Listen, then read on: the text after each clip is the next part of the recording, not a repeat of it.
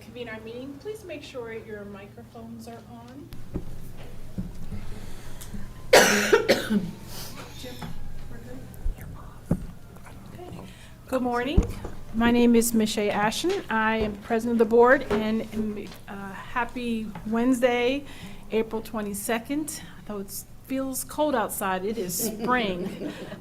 With that, I am going to ask Dr. Northam to go ahead and read the motion for this morning. I move that the Virginia Board of Education convene in a closed meeting for the following purpose: discussion or consideration by the Board of Education of information relating to the denial, suspension, or revocation of teacher licenses, subject to the exclusion in subdivision 11 of section 2.23705.3, pursuant to section 2.23711A40 of the Code of Virginia, and consultation with counsel regarding specific legal matters requiring the provision of legal advice pursuant to Virginia Code Section 2.23711A8 of the Code of Virginia, and that legal counsel to Virginia Board of Education and staff, whose presence will aid in the board's consideration of this matter, participate in the closed meeting. Thank you, Dr. Northam. I will take a roll call for us to move to closed session for our licensure cases. Ms. Reinhardt? Yes. Dr. Bridges? Aye. Ms. McPherson? Aye. Dr. Northam? Aye. Dr. Wilson? Aye. Mr. Robinson? Aye. Mrs. Kilgore? Aye. And Chair votes aye. Okay, we will now go into closed session. I think that's it, correct? All right, if you would turn your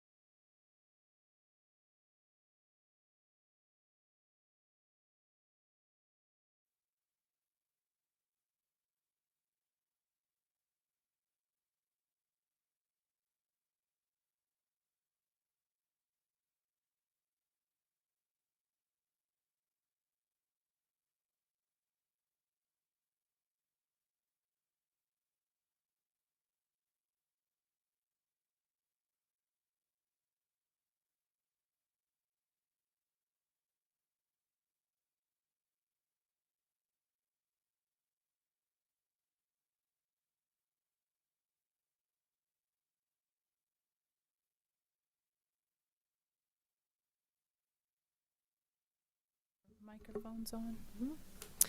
We convene today in a closed meeting pursuant to a recorded vote on the motion above and in accordance with the Freedom of Information Act, Section 223712 of the Code of Virginia requires that the board certify that, to the best of each member's knowledge, 1, only public business matters lawfully exempt from open meeting requirements under this chapter, and 2, only such public business matters as were identified in the motion by which the closed meeting was convened were heard, discussed, or considered. Any member who believes there was a departure from these requirements shall so state prior to the vote, indicating the substance of the departure that, in his or her judgment, has taken place. The statement of the departure will be recorded in the minutes.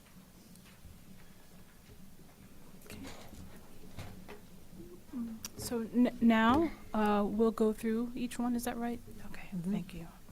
Okay, board members, again, please make sure you have your microphones on. In case number 2026-09, the chair will entertain a motion to issue the license. So moved. Second. Great. Ms. Reinhardt, Aye. Dr. Bridges, Aye. Ms. McPherson, Aye. Dr. Northern, Aye. Dr. Wilson, Aye. Mr. Robinson, Aye. Ms. Kilgore, Aye. and chair votes aye. Thank you. In case number 2026-08, the chair will entertain a motion to revoke the license of Harold Bradley Dalton. So moved. Is there a second?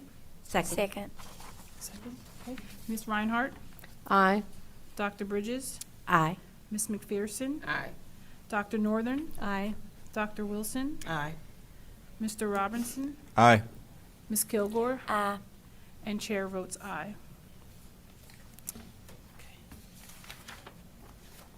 Okay. In case 2026-10, the chair will entertain a motion to deny the license to Kevin Ernest Palmer. So moved. Second. Second. Ms. Reinhardt, Aye. Dr. Bridges, Aye. Ms. McPherson, Aye. Dr. Northern, Aye. Dr. Wilson, Aye. Mr. Robinson, Aye. Ms. Kilgore, Aye. and chair votes aye. In case 2026-13, the chair will entertain a motion to issue the license. So moved. Is there a second? Second. Second, Ms. Kilgore, thank you. Ms. Reinhardt, Aye. Dr. Bridges, Aye. Ms. McPherson, Aye. Dr. Northern, Aye. Dr. Wilson, Aye. Mr. Robinson, Aye. Ms. Kilgore, Aye. and chair votes aye.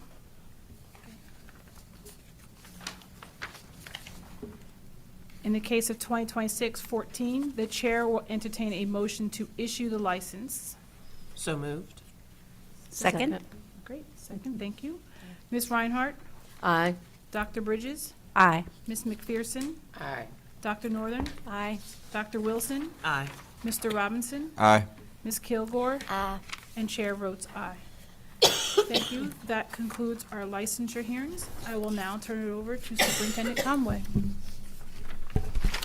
Good morning, Board President Ashton. Good morning, members of the board. Thank you for joining us this morning. We have two items on the work session. The first is an orientation on how early childhood works in Virginia, since we've had some recent legislative changes and operational changes that have moved oversight of all birth to 5 care and education outside of the home to under the auspices of the Board of Education and the Virginia Department of Education. This will be a primer in preparation for tomorrow's item on changes to VQB 5. With that, I would ask Deputy Superintendent Carroll to come to the mic and the team. I would also ask, and I know that I am very familiar with these set of leaders, but I would also ask the Deputy Superintendent to introduce the team to the board so that as we do this work, this small but mighty work over the course of the next few years together, that you understand the leaders that are supporting this in partnership with our 3,300 early childhood sites across the Commonwealth.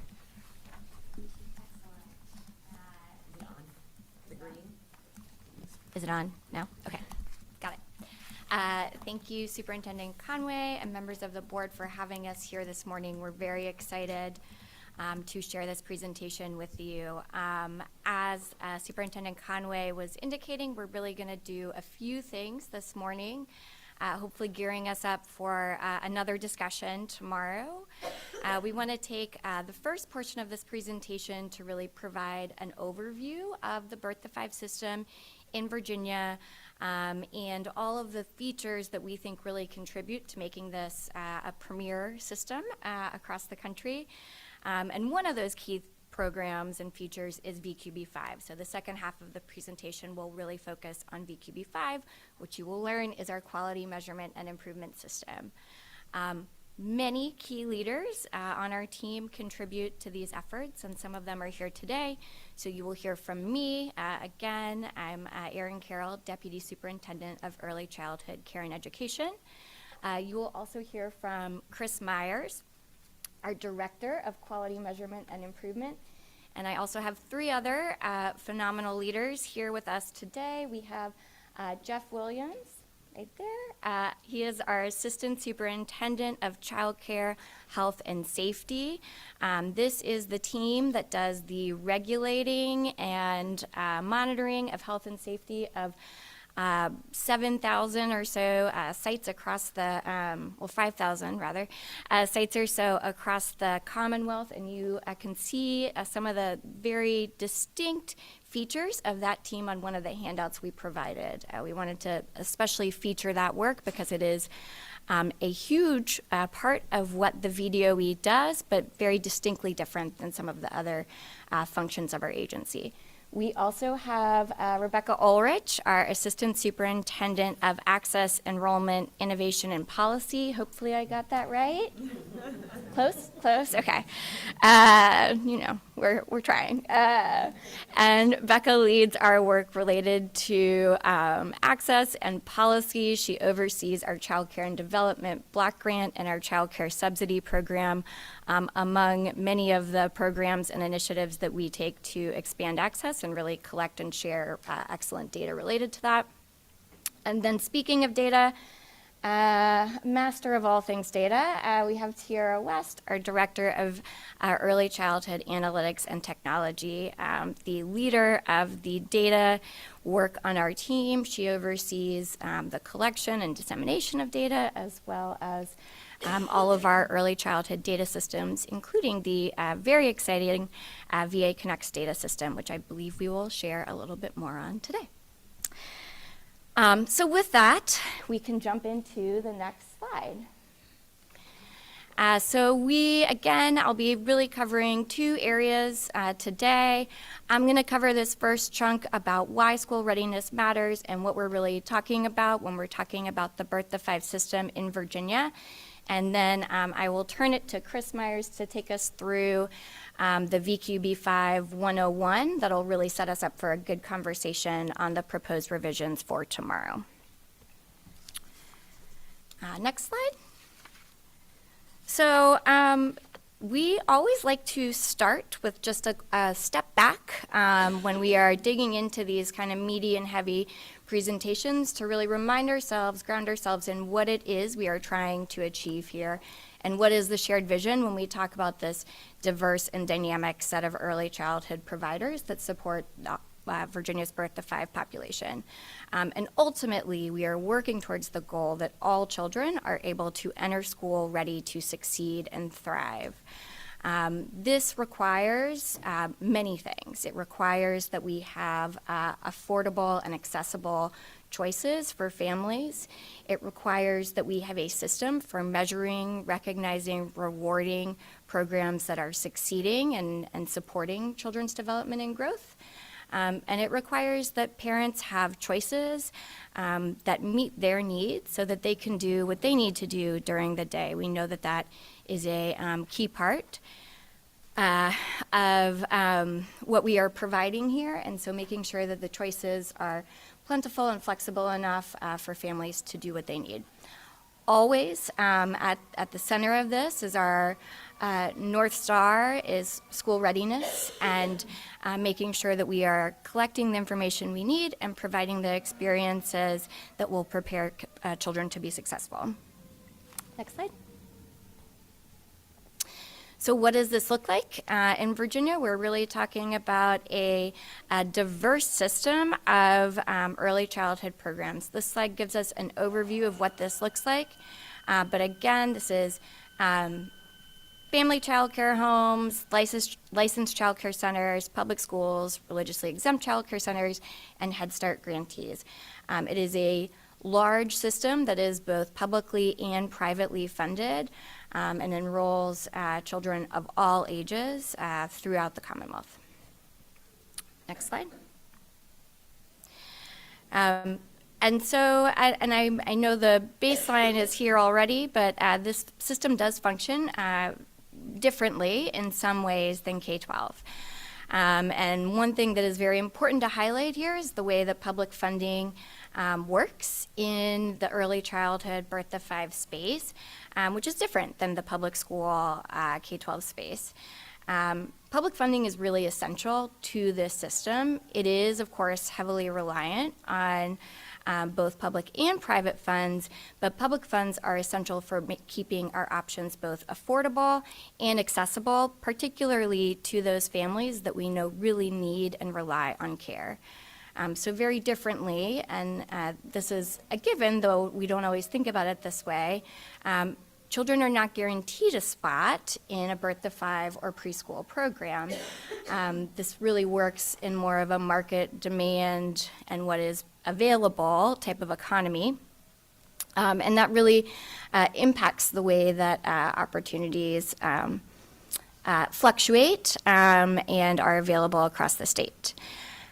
It is through these, just got like very light, through these public funds that go to public and private settings, the families are able to choose the options that meet, sorry, that's okay. We got it, okay. That are able to meet their unique needs for that. So through that, our goal through this unified system is to really create a set of unified expectations. This looks like working on streamlining and updating our expectations for health, safety, and quality, which we will talk about today, working on how we support enrollment across all of our programs, and then, as we will also cover today, really improving and refining the way that we capture data to demonstrate the impact of early childhood on those K-12 experiences. Next slide.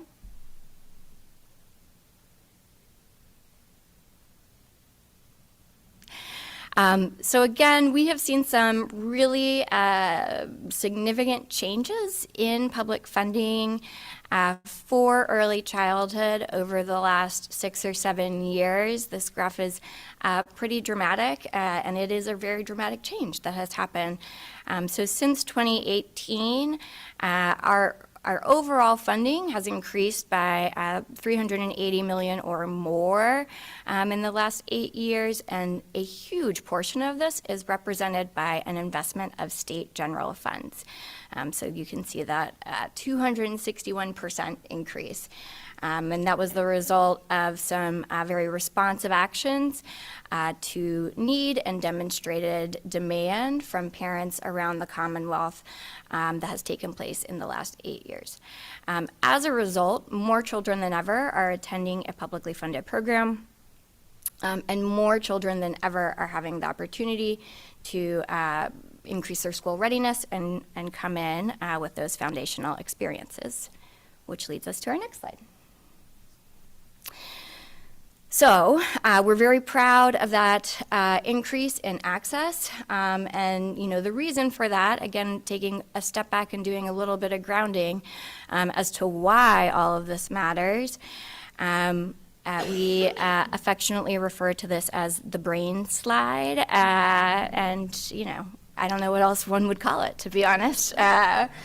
But this slide really shows us just how much is happening in those first 5 years of life. I didn't mention this when I introduced myself, but I am the mother to a almost 6-month-old and almost 3-year-old, and this is evident every day, every morning. They are different people month to month, and it's amazing and scary sometimes, but amazing also. And those 1 million neural connections being formed every second are critical.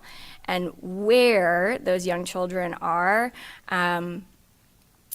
during those years when this is happening matters. We know that. We have lots and lots of research to demonstrate that, and that powers our motivation and our passion for making sure that we are supporting those environments.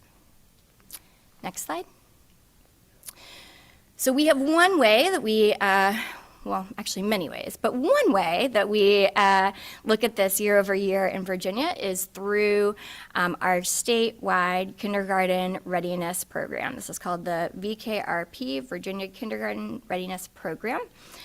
This is a assessment that is given to every kindergartner at least twice in the fall and the spring, and provides a very strong benchmark for us in understanding what kindergartners need coming in and what does that reflect about what they're getting before they get to kindergarten.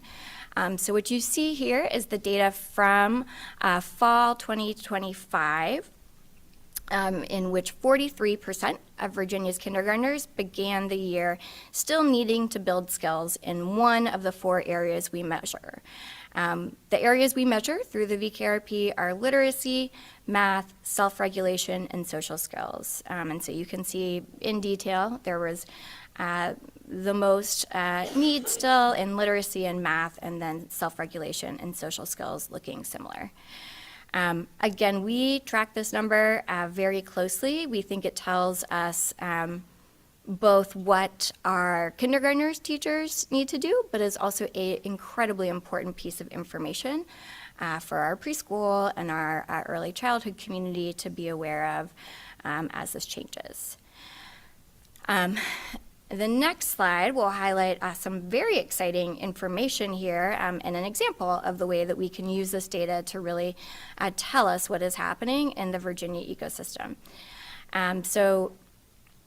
We are always incredibly excited to share this statistic, but when we compare our school readiness data from this year, from fall 2025, we see that it increased by 6 percentage points from fall 2024. And that's really huge if we think about what that means.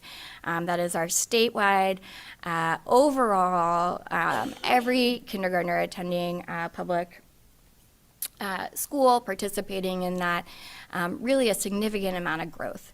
We saw the most growth take place in literacy, the second most growth take place in math. Again, exactly the areas where we're collecting data that we need additional focus, we need additional attention, and seeing that impact already. Importantly, we saw this through all of the student subgroups that we keep special attention on. And then finally, I think, just to say it plainly, I think this really demonstrates, if we think about, these are our kindergartners who are coming in at 5 years old now, this attention to increasing access and focusing on quality and thinking about what is happening from those classrooms where you're talking about itty-bitty babies all the way up to our, 3 and 4-year-olds, that really, we put a increased focus on that, about 5 or 6 years ago, right? And so we really think that this is showing some return on all of that time and focus on expanding access and talking about quality. And so we are incredibly excited to see this data this year. Next slide. And again, it is not only that we think it is great for kids to come into kindergarten ready to succeed. It is. We want them to come in and have those foundational skills and be able to jump right into the kindergarten standards and curriculum. But we also know that where kids are coming in sets the pathway for where we expect them to be or where we find them to be later in life. So this slide really breaks down, and this is from data from when we were using PALS, but it breaks down in quintiles the scores that kids had at kindergarten entry, right, with the 5 being the higher and the 1 being the lowest, and shows where they were as far as proficiency in 3rd grade literacy assessments. So really you can see there that where the kids were coming in kindergarten regarding literacy followed through to 3rd grade in a pretty dramatic fashion. And we all know that in 3rd grade, where our literacy scores are, really matters for how kids will continue to learn going forward. So again, really strong correlations there that make us really want to make sure that every kiddo is able to come in with those foundational literacy skills. Next slide. All right, this last section, before we get into the meat of VQB5, we will talk a little bit about the part of early childhood that is also supporting families. So we've been talking about how critical early childhood is to neurological development, how we measure it, how important it is to later academic success. But we also know that early childhood experiences are critical for working families and for our economy. You know, I am here today because somebody's taking care of my children. I'm not the only one in that situation. We need that for people to be able to go to work. We also know that the percent of families with 2 parents in the workforce is increasing. So today we have about 7 out of 10 of our families have both available or all available parents in the workforce in Virginia. So there is a need for care for about 70% of our kids. Next slide. Through the improved and detailed data tracking that we have been doing, and excuse me for bringing this complicated slide to you, just a little bit of a math problem. I'm going to do my best. Well, I'll just do our best with it. Jen is laughing because she's a fan. But we are able to track and look at what early childhood program participation, early childhood wait lists look like in correlation with the labor participation rate. And the key takeaway here that, you know, while the data is incredibly interesting, is that workforce participation has increased as early childhood participation has increased, and then decreased when we hit the cap of what we could offer last year and began implementing wait lists again. So there was a period here, again, where we were dramatically expanding the number of children that are participating. If you look closely at those shades of blue, you can see that there was a huge amount of growth in the child care subsidy program and some continued growth in our other 2 programs that we have represented, VPI and mixed delivery also. And then in FY25, when we shifted to having and FY26, when we shifted to having a wait list, you can see that represented with the orange bars there. The blue through line is the labor participation rate, so really showing an increase in labor participation, a flattening, and then actually a little bit of a decrease, which corresponded directly with when those wait lists went into place. And the next slide is somewhat the inverse, but this is looking at the unemployment rate. So unemployment was decreasing as early childhood participation grew and then increased when wait lists went into effect. So this is the same look at subsidy growth and program growth, but it's mapping what unemployment looks like compared to that. So you can see that it went way down in FY22 and then has ticked back up a little bit in more recent years. All right, so that was a true crash course in areas that I promised we could do hours and hours on, but we won't do that today. But I think and hope really sets us up well for the next section, in which we will talk in depth about VQB5 and the quality measurement and improvement system that supports all of these publicly funded programs. Yeah, Jenna.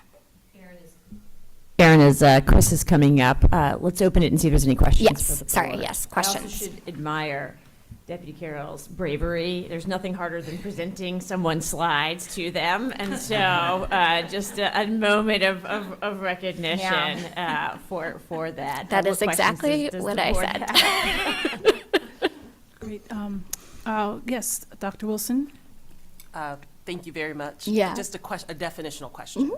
Available parents. So the number of parents available to be in the workforce, does that take into account those parents who may not choose to be in the workforce regardless of whether or not childcare is available? Was this the most recent slide? Yes. Yes. So Excellent. the definition of all available parents mean parents in the household. So parents that reside with the child and who are available, meaning they are incarcerated, Yep. not otherwise unable to work. So that percentage would, any child that doesn't have all available parents in the workforce, that might include parents that are opting out or who Or in. otherwise are unemployed, whether they choose to be or not. Thank you. Great. Mr. Robinson? Oh, And for a solo parent, it would be the one parent, right, for the one parent household, yeah. great. Mr. Robinson?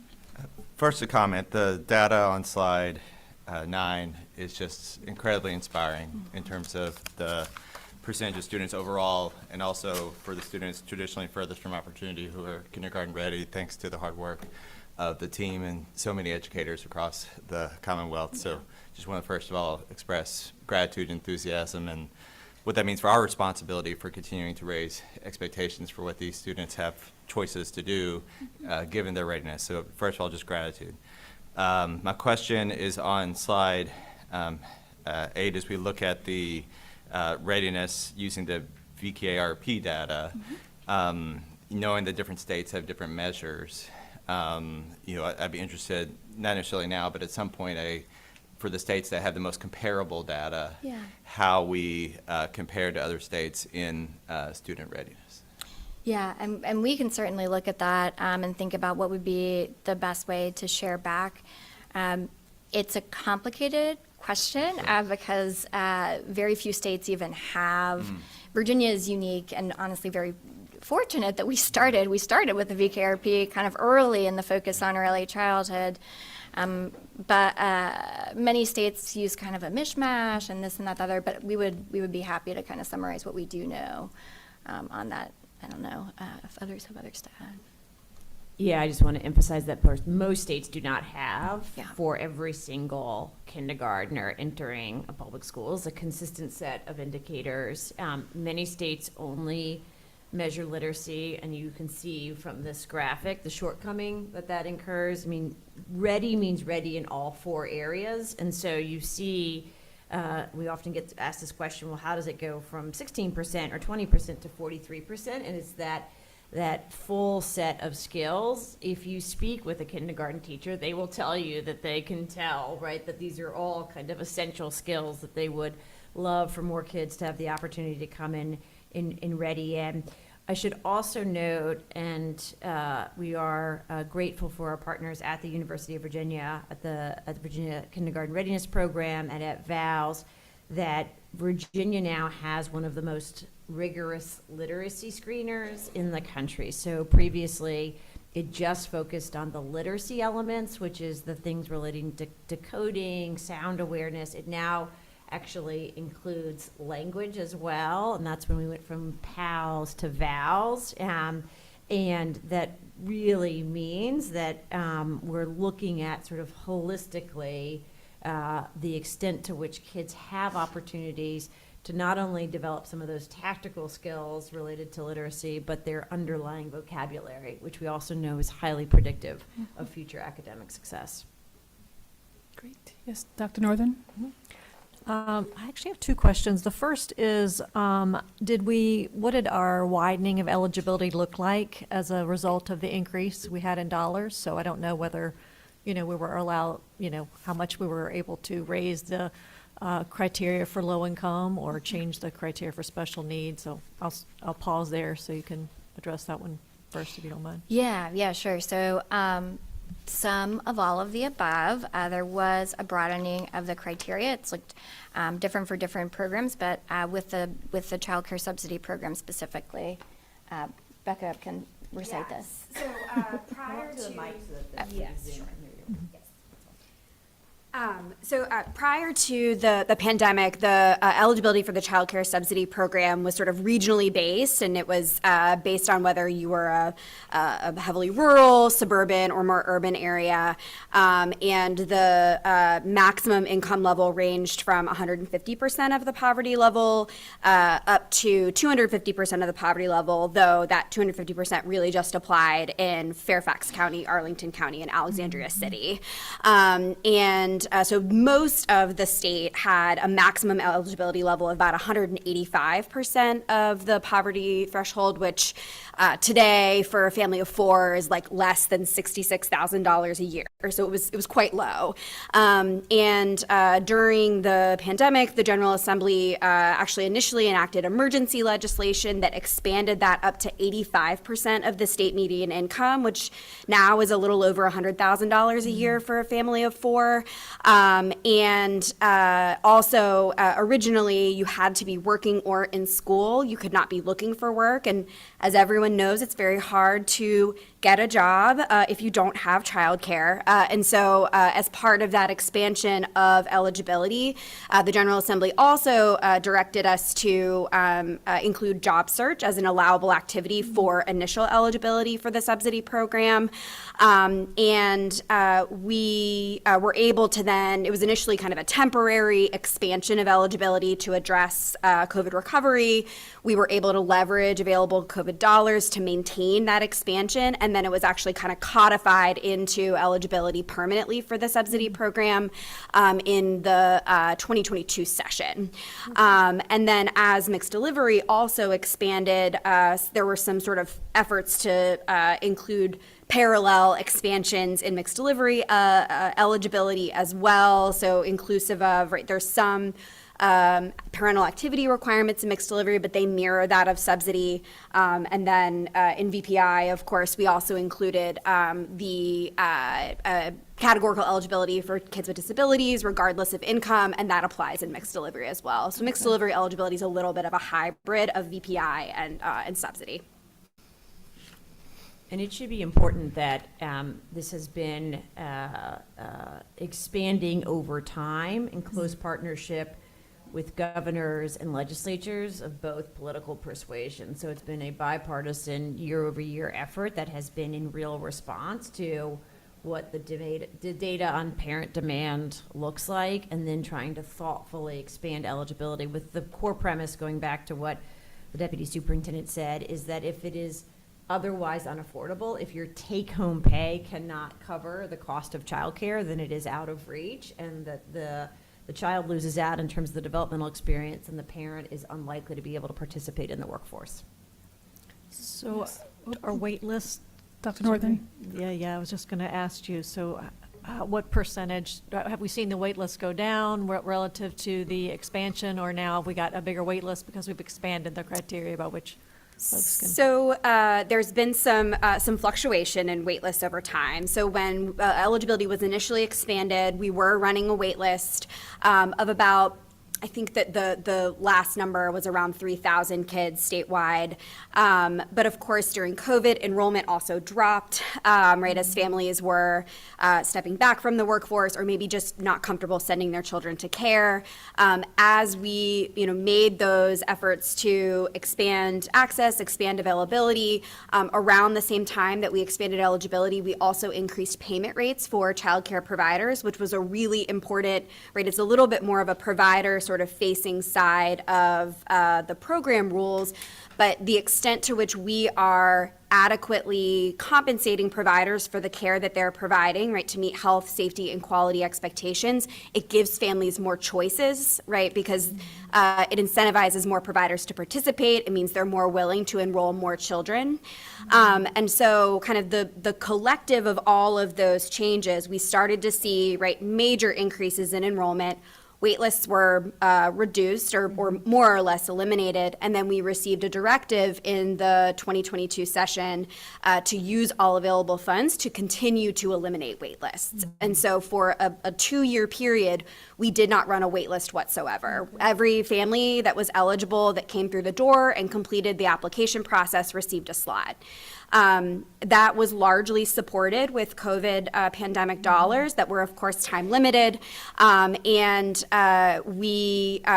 while there was that, really significant increase in state general funds, what that allowed us to do was really to sustain all the growth that we had experienced over the course of the last several years, but did not allow us to continue at that rate of growth because the state funding was effectively, filling the hole that the federal pandemic money left. And so since then, we have had the ability to incur some growth over time, but our wait list was at around 10,000 kids toward the end of 2025.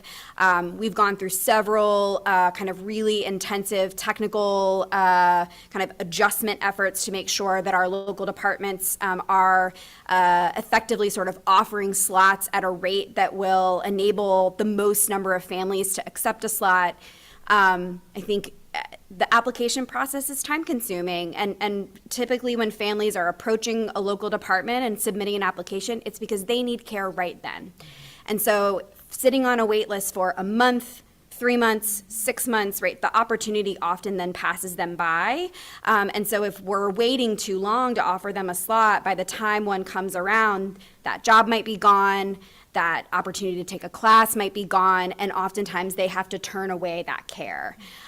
We have reduced our wait list down now to about 4,000 children, and we've increased enrollment by about 1,500 children in the last 4 months. So we're seeing some turnaround based on that kind of those technical adjustments that we've been working to make to keep the wait list lower and keep processing moving. But the real lesson learned, and we've got tons of data that we can share with you all about wait lists in another session. We know that the wait list is just incredibly harmful for families and has real economic and child development implications as well. So if you take a big step back, and to the point Mr. Robinson earlier about the kind of comparison with other states, very few other states did what Virginia did, which is you had this significant drop in workforce participation. Virginia, I think, was 38th in the nation in terms of parents, particularly mothers, opting out of the workforce, right? And it was then a vicious cycle in terms of how do you get them back if there's not care or school opportunities. What Virginia was said across all of its programs, the state pre-K, known as Virginia Preschool Initiative, mixed delivery, child care subsidy, we're going to put sufficient funding to grow at the rate of demand, with the idea being that we're also setting the eligibility criteria for those who otherwise cannot afford childcare and are at kind of greatest risk. And what you then saw was VPI grew, mixed delivery grew, child care subsidy, because of the large number of families who need full day, full year care, grew the most, with some of our highest rates ever of demand from infant and toddler working families. And so other states, they've picked a sort of a select program, or they've said, this is a pot or pie of money and we're going to divide it up. Virginia's approach was highly innovative, and it said, we're not going to do that. We're going to sort of put enough funding out there to meet the demand. And you saw year over year growth. We then hit a point where there was not sufficient funding to serve all of the children, and that has been a debate embraced by our governor and legislature the last 3 sessions, and will in fact again this week, as they figure out how to balance. But this data that you see on slides 12 and 13 is truly nation leading in terms of the kind of how you think about it. Most early childhood in other places is either universal, or you're dividing up a narrow set of money, and Virginia has chosen this kind of different path that is very focused on measuring and meeting parental demand. Great. Ms. Reinhardt? Thank you, and thank you, Superintendent Conway. That certainly underscores what was going through my mind, what you just shared, and that was a phenomenal presentation, because I think about, I put my chamber hat on and working with businesses and working to, you know, shore up our economy and our community and really the region and beyond. That data is so profound and telling. And I think about working with our business community, and I mean, the bottom line is you still have folks who think that these are sound bites sometimes, like, is there really a child care or early childhood void? Is it really that important? I mean, that still exists to some degree. So having that hard data is so critically important, and seeing what Virginia has done. We work with other chambers around the country, and Virginia certainly is the leader in a lot of ways in this work. I think too, just thinking about, you know, how we focus on economic mobility for our families.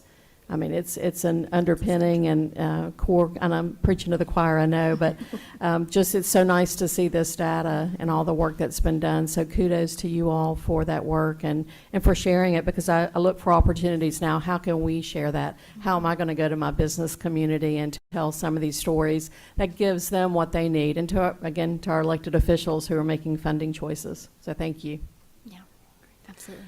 Just one comment from the chair, which is, I looked at data on slide 8, and I'm just really inspired by the data when it says 43% are not, not on track. Yeah. I failed kindergarten, and that is actually true, and so I would have been in the 57%. And I think about folks just focusing on literacy, but seeing the comprehensive literacy, self-regulation. I know mine was for social skills. So I just want to applaud the team for that. I feel very inspired. I think about, in Superintendent Conway, your part around bipartisan support around this is really important. I think about, these kindergartners now and them being on the path to really accelerate their learning in 5-10 years from now is really going to be the group of students that put Virginia first in the country. And so just echoing the appreciation, the data, the lessons learned, thinking about what I was wondering about, and I don't know if we have the data about our educators who need childcare. I know in the pandemic, that was part of the challenges. We can't get teachers back because they're home with their kids, and so I'm wondering, are we able to pull out that data around educators? Oh, we have data for you. Okay, great. So one of and huge thanks to the work of Becca and our partners at UVA, we did, good and the bad news is that when you apply for child care subsidy, it's a manual open-ended form where you work. So it requires, I know that gives you like a heart attack. So it requires analysis, but basically one of the most powerful slides, and we can get this to you, Board President, is looking at who are the employers of the participants on the child care subsidy program, and nearly 100 of our 131 school divisions are listed as the employers, right? So the idea is we have bus drivers, janitorial workers, instructional aides at upwards of 70 to 80% of our school divisions who are able to be there because of child care assistance from the state. If you look at that list, it also lays out and outlines jobs that are essential in person and that are not going to go away with AI. It's, everybody from our postal workers to folks who work in retail, who work in food services, health and hospitals are also up there. And so this idea of more and more young children having all available parents in the workforce and continuing to have a pronounced workforce need for in-person essential ostensibly lower wage, although again, it's less about the sort of the wage itself than it is, does your post-tax take-home pay for childcare? And that is what is essential if you want to be able to participate in the workforce. Great, thank you. And I was just reminded that this actually is summarized on slide 36. Oh, wonderful.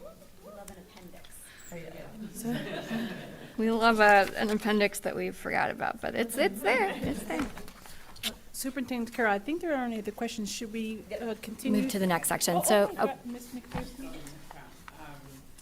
So I wanted to highlight slide 9, because I do think it's important for the public to understand and be aware of the fact that this readiness has gone up by plus 8%, 8 points in literacy and 2% in math over the course from 24 to 25, as I understand it.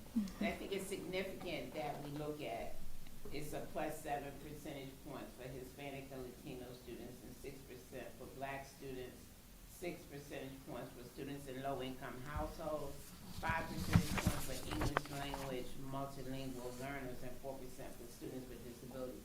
And I just don't want us to overlook that because I just think it's highly significant that we've had those type of increases. I noticed that self-regulation and social skills have remained steady. yeah. So I'm wondering, as it relates to the percentages that are on the graph, is that comparable to nationwide or any other data that you have? Because, I mean, I understand it's young people trying to regulate themselves and trying to figure out social skills. and Very they're big probably- feelings. They're probably wiggling everywhere. So I'm just wondering, are we within the norm as it relates to self-regulation and social skills? Or should We do use a something? national tool for that, and so we can work with our partners EVA to get an answer for you on how that compares to the rest of the country. That is a national tool, not, the literacy and the math tool are Virginia-specific, developed by UVA, but the self-regulation and social skills are national tools, so we can get a norm reference on I'd that. just be interested, because Yep. I understand that social environment and self-regulation can actually end up becoming factors, as I've looked at some data, that can prevent progress. Yeah. And maybe if there's something that we need to do before these toddlers get further along, you know, in their progress and going into school, that we could put into place. And I was interested in whether or not we have additional data regarding the percentage of funding that is going to households where there are parents who are looking for employment but are not yet in the workforce, what that percentage is as it relates to the subsidies that we are giving out to parents who are employed, and whether or not we need to begin to look at, now that we're post-pandemic, how we deploy that funding. And that's Yes, ma'am. not to be a slight against people who are looking, it's just to say that when there's limited funding, Yes. should we really be looking at that now? Yes, ma'am. So we do have that data. I don't have it in terms of the percent of funding, but in terms of the total caseload. So we have somewhere in the ballpark of 22 to 24,000 families that are enrolled in the subsidy program. Only 10% of them have one or more parents that are looking for work. And I believe it is only 5%, or that is the only thing that they are doing for all available parents in that household. So, parents can be eligible for subsidy through a combination of activities, right? So you might get to full day, full year care because you are working part-time, but you're looking for a full-time job. And so the part-time work plus your job search gets you to full day care. Or for example, you could be in school and you could be then looking for work, you know, kind of once your training or vocational program is completed. Or you could have a two-parent household where one parent is job searching and one parent is working. 10% of cases, again, have a parent that is looking for work. Just 5 is that the only approved activity for the case. Now, we did make a change to the job search policy in just this past fiscal year. Job search is now limited to 90 days. So families have up to 90 days to find employment or another qualifying activity for their eligibility. They can get up to one 90-day extension. So say you're coming up on that 90-day period, you're still interviewing, maybe you got a job offer, but you have to do a background check or a drug screening or something along those lines. They can get Short-term. It is short-term now. Yes, that's exactly right. And that came out of the work of the bipartisan commission that Yes. landed on the exact same point, which Yep. is that when you have thousands of families on a wait list or children on a wait list, you've got to kind of think about those trade-offs. And even prior to when that temporary policy was in place, our data suggested that 2 out of every 3 households that was job searching, by the next time they did their redetermination, they were employed. So the vast majority of those folks were ending up in employment. Any other questions? Yes, Dr. Northern? Sorry. So much good data. I know, right? Just one table gives us all these good questions to ask. I'm on little bar chart 8 too, page 8. I guess I'm just wondering, so we're saying 72% and 80% of our kindergartners are meeting benchmarks. And is the idea that this readiness is actually picking up the kids who are just struggling the most, you know, at the very, like, this is like big red warning sign? Yeah. Because that strikes me as kind of optimistic, especially since we know, I just looked it up because I was curious, that 16% of our Black and Hispanic kids at 4th grade are, 16% are making proficiency on NAEP. So I'm just wondering, is there some idea that, okay, we're intentionally trying to get the really, you know, the kids who are just on life support here, for lack of a better word, and that was a terrible metaphor. And is there an idea that maybe we should be, you know, ratcheting this up gradually? Yeah. Or is it really just intended for the kids who are really needing it the most? Yeah, I mean, I think that's a great question. And so, yes, the way we draw those readiness and not ready benchmarks is kind of a blunt instrument, right? It is yes or no. And actually, in our preschool version of the tool, we don't do that. We do it more on a graduated scale, somewhat to that point, right? It is not you did or you didn't, right? There is a lot of area in between. And something Superintendent Conway has always said is, okay, but what about the kids that are 1 point right above that, right? Or really right there. And so we do look at that in our review of the data, and those are more available in terms of the reports that come out to teachers as far as, you know, what the actual scores and gradations are there, because you certainly would not want to be classifying a whole, you know, it sounds like a lot, right? 72% of kids are meeting that benchmark, 28% aren't. Like, that does not mean that those 72% are high flying and have no needs, right? There's a lot of differentiation that needs to be done in there too. And, you know, we have looked at the tools every year. You know, this is our 2nd year using the revised version of the literacy assessment in kindergarten. So we used it, I was present in 2024, and now again in 2025, really in response to realizing that we needed a improved and more in-depth assessment that really aligns with all of the literacy practices that we're working hard to promote in later grades. And I think if you look, Dr. Northern, at sort of both 8 and 10, it's a helpful framing here. On the one hand, we want to be very careful. No one wants high stakes evaluations for kindergarten, including Board President Ashton, because clearly that That would not have worked. So there's a lot of fluidity in children's development.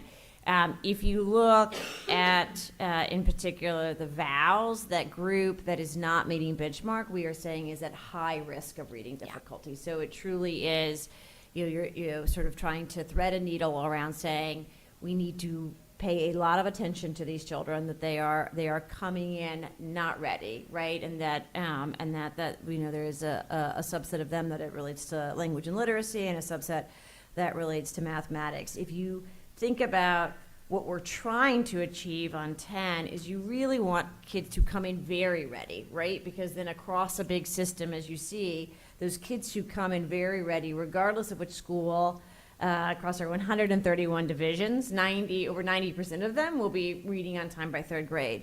In sharp contrast, those that come in least ready, right, who are that group in the orange back on 8, it is truly a coin toss, right, across, you know, all of the work and investments of our incredible K-3 teachers. It is just really hard to get kids there, and so that's, if you think about really these two slides together, where you have to say, on the one hand, we recognize that there's a lot of fluidity and development among young children. On the other hand, the readier we can get you, the more likely we're going to, when you come into our K-12 system, get you to reading and doing math on level across a big system. So I think that's an important note.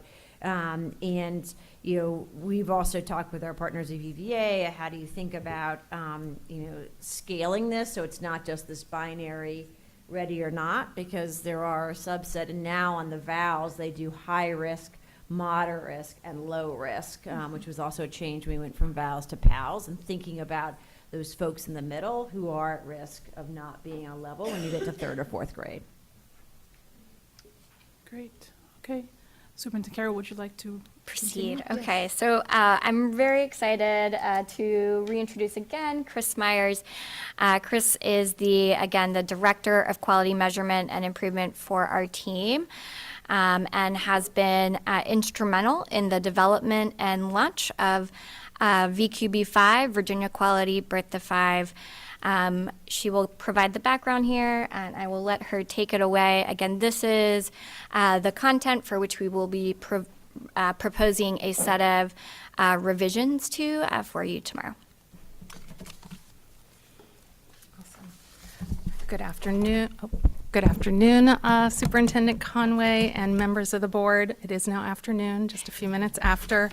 I am excited to talk with you. I want to thank my colleagues for all the great information that they shared, because having a strong access to early childhood experiences is so important to build the work that we're talking about, which is not just about having access to early childhood, but making sure those experiences are actually quality experiences. My children are older now, but my first job back in the 90s was as a kindergarten teacher, and I can still remember how about 20 minutes into that first day, I could tell which children were coming in ready and what that meant kind of down the road in the work that we had to do to help get them even further along. So you can go to the next slide. When we started, Superintendent Conway referred to the state law that unified early childhood under the Department of Ed. That state law from about 5 years ago, maybe 6 years now, also laid the groundwork for what became our VQB5 system. So it said that we had to establish a unified way to measure and improve quality in any publicly funded program. So that includes our VPI, our Head Start, our subsidy, mixed delivery, military subsidy. If you get public dollars, the state law said you now have to participate in this system. The state law also said that programs who don't receive public dollars have the option to participate, although most of our sites, as we'll talk about today, are publicly funded. So we developed and looked at the research, looked at the data, and developed what we believe is also a nation-leading system that we lovingly call VQB5. We also had to design this in a way that's a little unique from other states, because it wasn't just about improving quality, which many states do.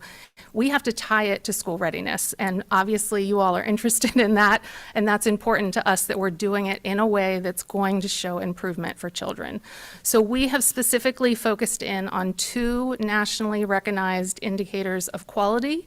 The first is interactions, which is measured with a very rigorous assessment tool. I brought a copy if anybody's curious to look at it, the Classroom Assessment Scoring System.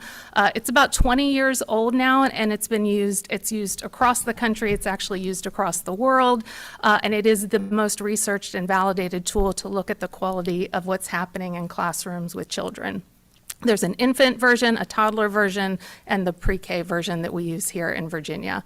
The second aspect that we look at is the use of approved curricula. So we have a process for looking at the quality of early childhood and, again, infant, toddler, preschool curricula that align with our Virginia Early Learning and Development Standards.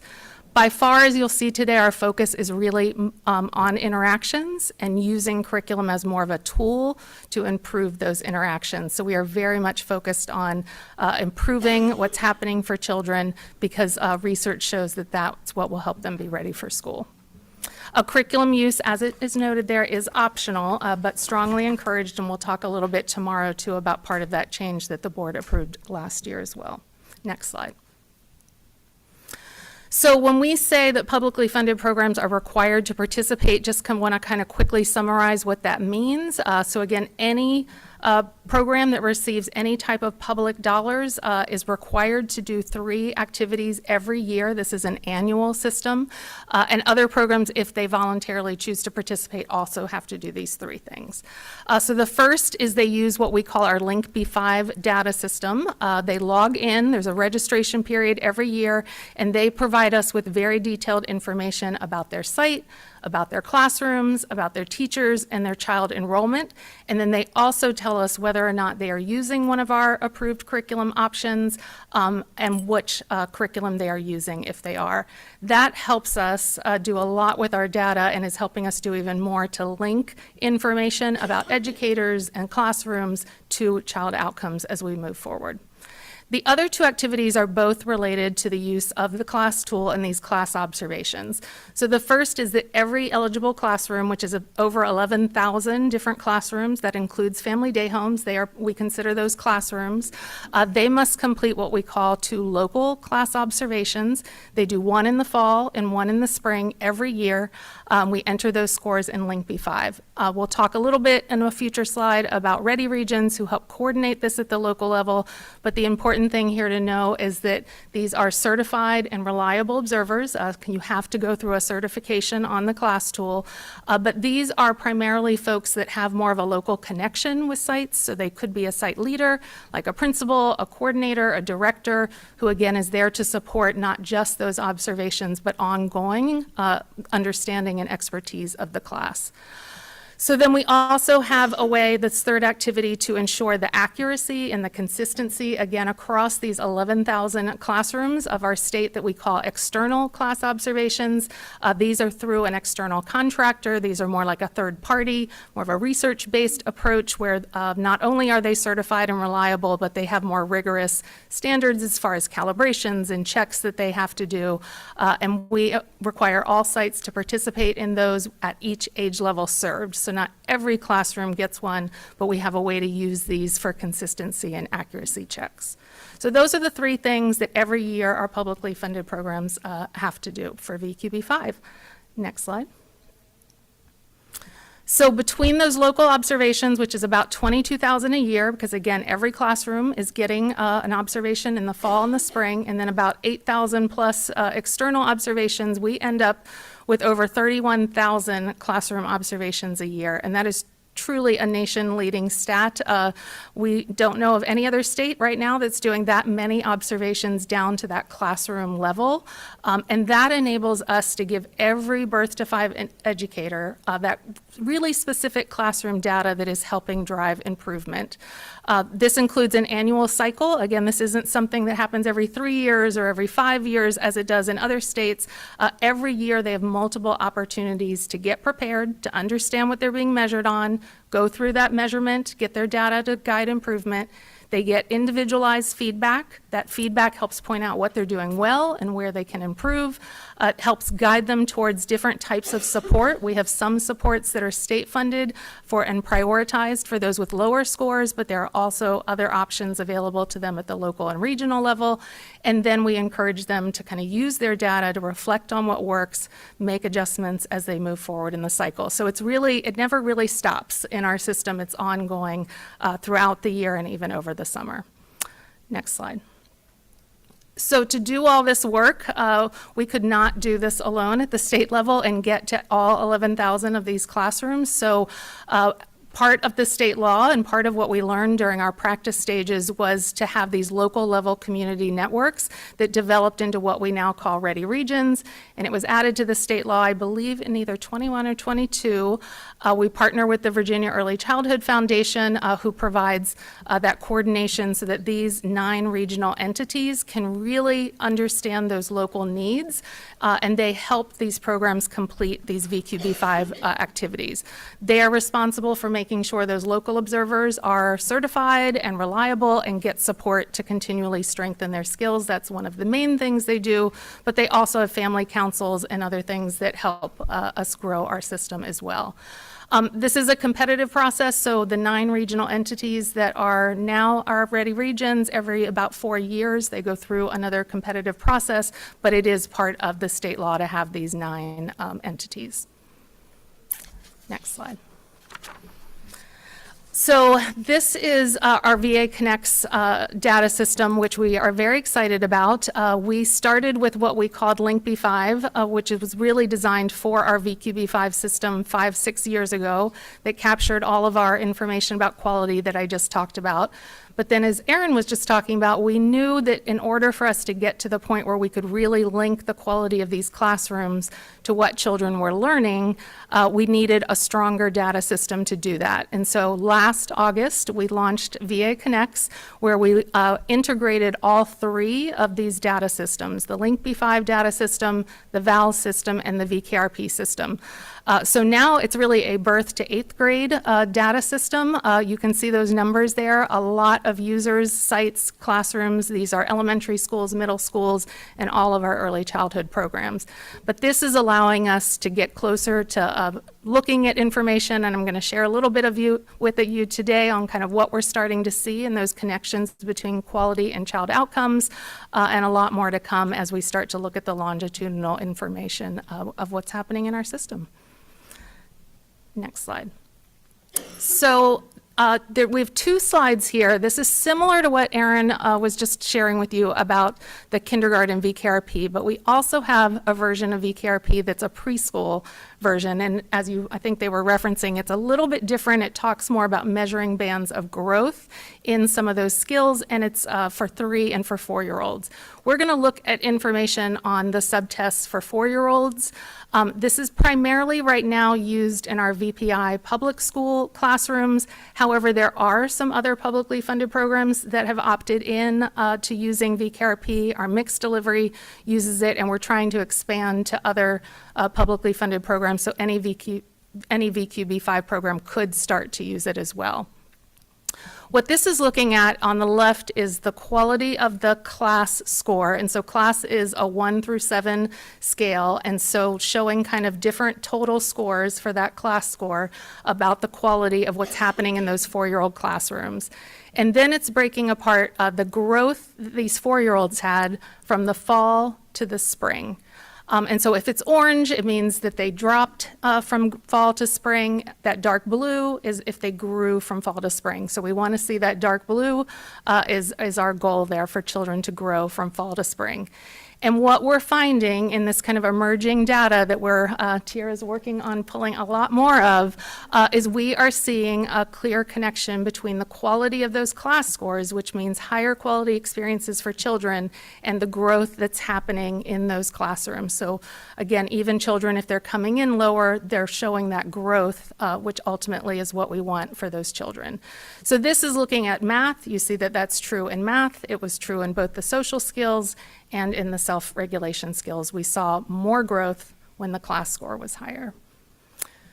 On the next slide, similar, but this is that VALS literacy assessment that you were hearing about. Again, this is the 4-year-old version, but similar types of literacy skills. You can see there's more skills that are looked at from the literacy level. But again, across the board, some even more than others dramatically, you can see that there's more growth in those 4-year-olds from fall to spring when the class score was higher. Particularly letter names, name writing, a lot more growth in those higher quality classrooms. So again, we know it's important to get children into our publicly funded programs, but we also know that the quality of those experiences is making a difference. And we're excited to be able to bring you some of this data now, but there's a lot more of this that's just starting to emerge as well. So I'm going to shift gears into the profiles, but anything about those 2 slides that we just shared before we shift gears? Okay. I would just say, and I know you guys are going to get tired of hearing this from me, but nobody in the country has data like this at scale, right? That basically this is across thousands of classrooms. It shows you both the importance of improving those interactions, and it also shows you, if you look, for example, at the literacy, where we're not seeing that growth, right? So we've really been getting the system to focus, for example, in the last year on expressive comprehension, and that is, that is a very sophisticated skill for 4-year-olds, right? You have, as an educator, you need to ask open-ended questions. You need to not immediately, cut the child off. You need to get the child to what you're trying to do is get the child to put together multiple sentences, right? Using more sophisticated vocabulary, and to kind of understand that that's an area, for example, right, that we really have to focus, really represents at a systems level to be able to hone in not only on more broadly, is this quality or not, but what are these specific skills that our educators need additional supports to work on across a very big system. Mr. Robinson? Given that this is a nation-leading effort, I commend the testing the theory of change, testing the hypothesis by actually measuring whether the class scores result in these things. And it just leads to curiosity. I know in the later slides we'll kind of break down quality a little bit more, but as I look at, here are the ones where the scores dropped, scores remained the same, scores grew. So great data to show that the scores result in better student readiness. Do you have a rough breakdown of like what percentage of classrooms fall into each of these buckets? I know it will change based on indicator, but that might help me interpret the data a little better. For the classrooms that fall into the class score, What breakdown? percentage of classrooms have their class score band drop versus which percentage have their band grow, et cetera? It's just, obviously we want to see more with the band growing, and Right. just curious kind of where our baseline data, knowing that no other state has this baseline data, could help for the future. My guess is we probably want to send that to you via follow-up. We can give you all those percent. We have a whole deck on that, so, Yeah, of course. yeah. Yeah. We'll follow up with that. We absolutely have it and can figure out how to get it to you. It's very exciting.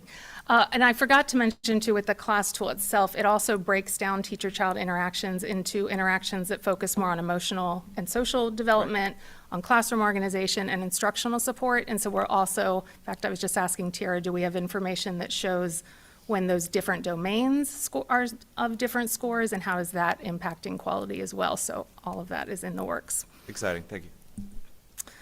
Awesome. Let's go to the next, I think you can go forward 2 slides. There.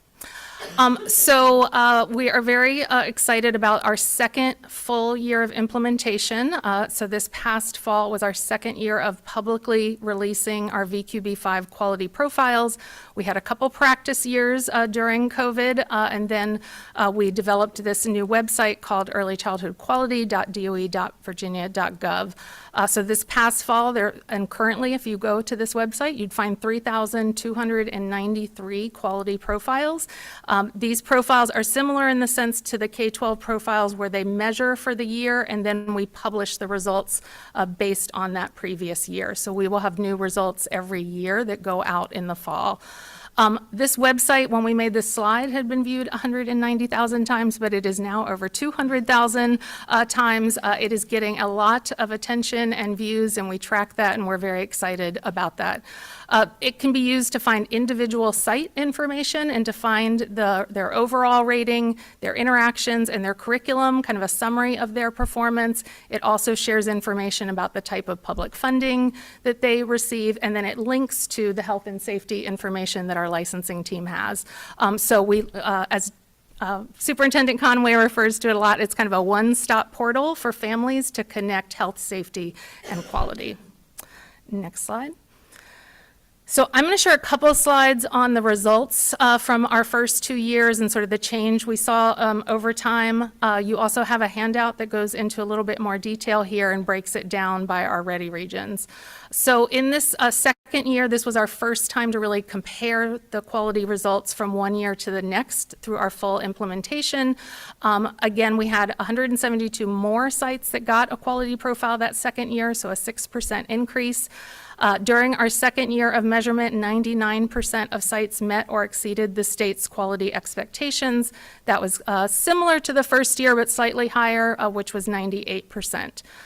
In the second year, we had fewer sites in that lowest rating that we call needs support than the previous year. So there were 51 sites the first year and 25 in the second year. Those were not the same sites. So all of those sites that had a needs support rating the first year moved out of needs support, but then there were 25 sites who fell into that bottom level of that second year. Some of those stats, keep those in mind, because as we present our proposed changes tomorrow, we'll refer back to this information that kind of led us to proposing a change. Next slide. So when we see and hear in our data that 99% of sites are meeting or exceeding the state's expectations, we wanted to take a closer look at this data to better understand sort of the variations of quality. So what this is showing is on the top in those boxes are those three big broad bands, 25 in needs support. Those sites are required to have very intensive improvement support in order to maintain their public dollars through intensive coaching and monitoring. And then we have 101 at that top level, which is currently called exceeds expectations.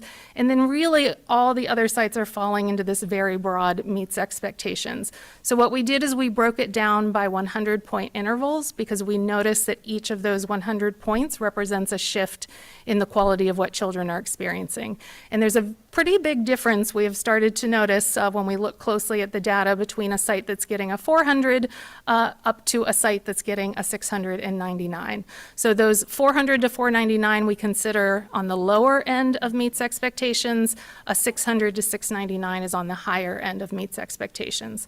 The quality profiles do show the actual 3-digit score, but we also recognize that that can sometimes be a little confusing to understand the 3-digit score as opposed to seeing that you're basically meeting expectations and all of these 3,000 programs are in that same category. So this slide in particular will be helpful to refresh your memory on as we talk tomorrow. Next slide. Another thing that we were really interested in better understanding was the quality across our different site types. And so we were really pleased to see that when we look at our highest performing scores within family day homes, childcare centers, and public schools, we saw high performing sites in all three of these site types. So there was a very high performing family day home, just 1 point lower than a public school, the second highest performing site in the state.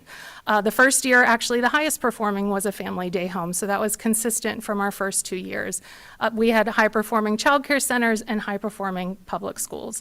But then you can see by the blue bar as well that there's quite a range. We also had very low-performing family day homes, lower-performing childcare centers, and some lower-performing public schools as well. So the biggest range is in those family day homes. The lowest to the highest was a family day home. But we see a variation in all three site types. This is really important because quality can't be dictated by the type of the program that it is. We really have to go in, watch what children are experiencing. These class observations are not a quick check. They are 60 to 80 minutes of us watching what children are actually experiencing, and that's helped show us that these quality experiences can happen in a variety of settings. And as Erin talked about earlier, we know families rely on different types of settings for their care needs as well. I know I am not supposed to interrupt. No, but I know there's you an love this important slide, point too. On this slide that I want to That I was just about to say. for the board. I think the first is, again, this idea of changing hearts and minds around judging a building or judging a book by its cover, right? And it is so important when you think about childcare and family childcare in particular, who those educators are, the history of that in this country, that's saying that they are quality and being able to show evidence of that at scale is incredibly, incredibly powerful. I think the second, and I learned this from a community leader in New Orleans many years ago, is one of the most important roles of this body, of the Board of Education, is to think about those kids and families who are furthest from opportunity. And so by raising the floor, by getting that blue bar higher over your work, it means that if you have to rely on a public dollar, which is by design a family in need, that you get to choose quality, right? And that there could be maybe potentially no more important work that this board does in early childhood than that. So this is not only about aligning choices to family need, but ultimately saying, and again, most states still have optional measurement systems where you parents just don't know what they don't know. But if this board can get that blue bar, that number up, so whether you choose, all that's in your community is family childcare or school-based program, but to know that no matter what you picked, it's of a sufficient level of quality is the single most important thing that this board can do in the space of early childhood. Awesome, thank you. Next slide. So another piece that we were interested in our second year was looking at change over time. And so what this slide is looking at is something we've identified again as somewhat of a challenge that our proposal will address, is looking specifically at those interaction points, and that does make up the majority of their quality rating. And that comes from the class scores averaged all together from the classrooms at those sites. And for sites that were returning, and that was most of the sites, there were about a little over 200 that were new to VQB5, but most had participated both years. We saw about 53% of them that grew, and that means they grew by either 1 point or more in their interaction points, a small percentage that actually stayed the same, and then 46% whose interaction points again went down, which means that they went down by 1 point or more. We were glad that it was a little over half that showed growth, but ultimately we want that number to be much higher. And so our goal is to have really all programs as much as possible showing that growth, or if you're already at those highest levels, that you're maintaining those highest levels as well. I think there's some stats within either the handout or in the appendix that talks a little bit more about sort of the range. So the most common growth was just about a 3-point, kind of a modest growth. The most, kind of the typical was to move up or down about 20 or 30 points. There were also a few sites that had, 100 or more points that they grew, and that's not from their curriculum points, but truly just from improving their class scores or declining. So we're also able to take a closer look and find out why were some programs improving, what can we learn from those, and why did some programs decline, so that we can better understand and support them as well. Next slide. Did Yeah. entertain a question? Yeah. I have a question. So for church schools, religiously exempt organizations, am I correct that they're only participating if they're volunteering to participate, or if somehow there is some, I would normally think that they would not necessarily have public funding. So just, can you explain to me what the difference is as it relates to site religious performance and whether they get to participate in meeting expectations Yep. or not? So a religious exempt program can become a subsidy vendor, an approved subsidy vendor. And so we do have some religious exempt programs, if they are an approved subsidy vendor, that they are required to participate. So that's a fair amount, not all of them. And then there are a few that just choose to voluntarily participate. But a religious exempt site can become a approved subsidy vendor. Because of the subsidy, okay. Yeah, it's with federal funds. Okay, great. So another new piece from this past fall was honor rolls. And so this was a way for us to kind of, in addition to the overall ratings, kind of highlight some different aspects that we feel are really important to our system. So we looked at awarding honor rolls in 3 key categories. The first was to look at overall excellence. For programs to get to that 700 to 800 range is quite an achievement. It truly is a national exemplar level of class scores that you just don't see very often. And so we wanted to make sure that we were recognizing those sites that were in that excellence top rating with honor rolls as well. And you can see 101 total sites got that honor roll, and that included centers, family day homes, and again, public schools. The second category was improvement. So we are a measurement and an improvement system, and so we wanted to recognize programs that showed significant improvement. They may have not gotten to those higher levels, but they showed improvement, and again, specifically in their class scores. It wasn't just that they got some points for using a curriculum. So we looked at the returning sites, again, the sites that were there for more than 1 year, and the top 10% of improvement in their class scores. And that was 294 sites. That was about a 63-point improvement is what ended up being about 10%. And again, that included a lot of centers, family day homes, and some public schools. And then the third category is really just for childcare centers and family day homes that are serving our infants and toddlers.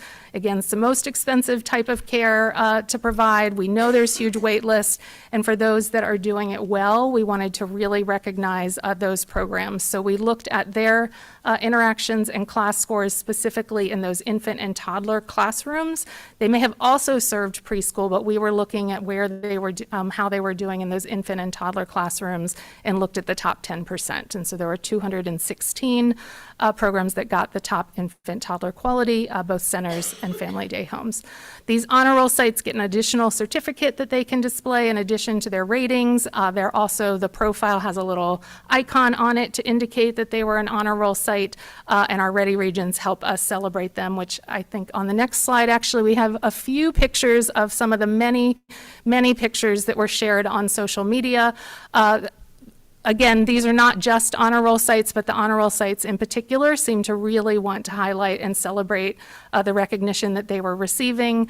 So we saw lots of posts like these where they were highlighting their achievement. Sites also get a certificate for their rating, and so we also see sites that are just excited and promoting their quality achievements. So we're really encouraging this and love seeing these additional photos and ways to celebrate this too. Next slide. So a big goal of our system is to make sure that this information is available to families. That's also part of our state law. So we are really trying to work on not just having these profiles available, but using it in a way to help families understand what's important in early childhood programs. So all of our sites are required each year to inform families that they are participating in VQB5. We have a flyer that you see there on this slide called VQB5 for Families that kind of breaks it down to what VQB5 is, what a sites have to do, what is class, what is a quality curriculum. And then we have other resources that we've developed to help our sites leaders in our Ready Regions help promote this with families. So we have a PowerPoint template that a site could use if they wanted to do an info session for families. We have tips for how they can promote their quality rating, not just on social media, but in newsletters, on their website, and other ways. We have a whole toolkit on Student Child List, which is part of how they inform families, because we are looking at child level information. So that has some letter templates that they can send to families. And then the website itself has some FAQs, which will continue to expand based on feedback that we get from the field. Every year we also go to our Ready Region family councils and we share the information and tools that we have for families, and they help give us feedback on our tools and resources and give us some suggestions on either the wording that we have or perhaps some new tools. So we're in the process of developing even more resources for families. Next slide. So just a couple slides here to wrap up our time today about our current year participation, and that'll lead us in nicely to tomorrow's session. So you can go to the next slide. So we have just about the same number of sites that are currently participating in VQB5. We continue to be really proud that we have sites in every city and county in Virginia. And these are the sites that are participating right now, the child care centers, the family day homes, the Head Starts, the public school preschools that are in the process of getting their class observations done and entering information about their curriculum, and they will receive their 25-26 quality rating in the fall of 2026 as well. The map just kind of gives you a quick snapshot. You can kind of see our heavily populated areas, but really proud that there are sites all across the state in centers, family day homes, and public schools. Head Start, sometimes folks ask, they are primarily, depending on how they are funded and organized, either through centers or public schools primarily. I think there's a few family day homes that get some Head Start funding, but Head Starts are captured in those numbers as well. And then our last slide is definitely a celebration of a lot of hard work from our team, but really even more from our Ready Regions and our local observers all across the state. Tiara and her data team have been closely watching our class observation numbers since our first two practice years, and this past fall, we got to that over 100,000 class observation level. And you can see most of those are local observations, which means, again, this is by people who understand the class tool at the local level and can really help provide that kind of ongoing support to programs as well. Now, the number alone is exciting, but we did the math, and again, these observations are about 60 to 80 minutes, so this represents 7.6 million minutes of insight into what infants, toddlers, and preschoolers have been experiencing in Virginia over the last 5 years. And it's those insights and us better understanding what they're experiencing is helping us give better feedback to educators so that they understand what they're doing well and where they can get a little bit better to even strengthen those high-quality learning interactions. So with that, I will pause. We are looking forward tomorrow to sharing with you the feedback that we've received from the field in addition to the data that we shared today, and then our proposal for a couple of revisions to our system. Thanks. Superintendent Conway? Thank you, Chris. Thank you, Aaron. Thank you to the Early Childhood team. Another thank you if they're listening to the Early Childhood Foundation and their formidable leader, Kathy Glazer, who has been instrumental in this work since the law was passed, as well as our 9 Ready regions who have led this work in their communities, our partners at the new E3 for their leading work around VKRP and literacy, and our partners at UVA and our other higher ed institutions who've helped make this possible. It truly is a public-private research policy partnership effort across the Commonwealth. Our folks are the ones who get lucky enough to present it, but it reflects a tremendous amount of work by individuals. Last but not least, to all of our early childhood educators who are out there, probably now getting ready for nap time, and so we're not able to watch this, but they are the real difference makers. As you can see, this just represents a tremendous amount of change for a sector that already faces a lot of challenges, including during the pandemic. But to be able to recognize this sector, to recognize them as educators, regardless of the setting in which they work, to recognize them as high-quality educators, regardless of the credential and the opportunities that they may have had, is just a tremendous privilege of our team and of the folks here in this room. Great, thanks, Superintendent Conway. Just a couple of questions, Ms. McPherson? Yes. So as it relates to the programs for these, I like to call them the toddlers, can you tell me what the average number of hours are for the programs? Is there an average hour, and are there materials that talk about the division of time? Like, are we giving, in a 4-hour day, are we giving 1 hour of instruction, a 1 hour nap, or 2 hours of naps, or an hour play? Just, is there a model that we pattern after? Yeah, so you've got, depending on how they're funded, there are different expectations. So, for example, Head Start only pays for a proportion of the year. Child care subsidy might go up to full day, full year. I'll ask Chris to talk a little bit about the toddler tool. What we try to focus in on is that kind of morning period where, so we don't want to get the beginning of the day where everybody's coming in. We don't want to get the end of the day where it's probably more just kind of free play. But the toddler tool, kind of in what it lays out, kind of gives you a sense of what we're looking for. It's important to note that the teacher-child interaction measure can be used across different curriculums. So the specific curriculum, whether you choose to use Stream in 3, which is the state's kind of open educational resource, or you choose to use a commercial product, or if you're a faith-based program and you've sent us your curriculum and we've reviewed it, that kind of lays out the specifics of that. But I'll ask Chris to talk briefly about kind of what the toddler tool measures, and that'll give you a sense of what we're looking for.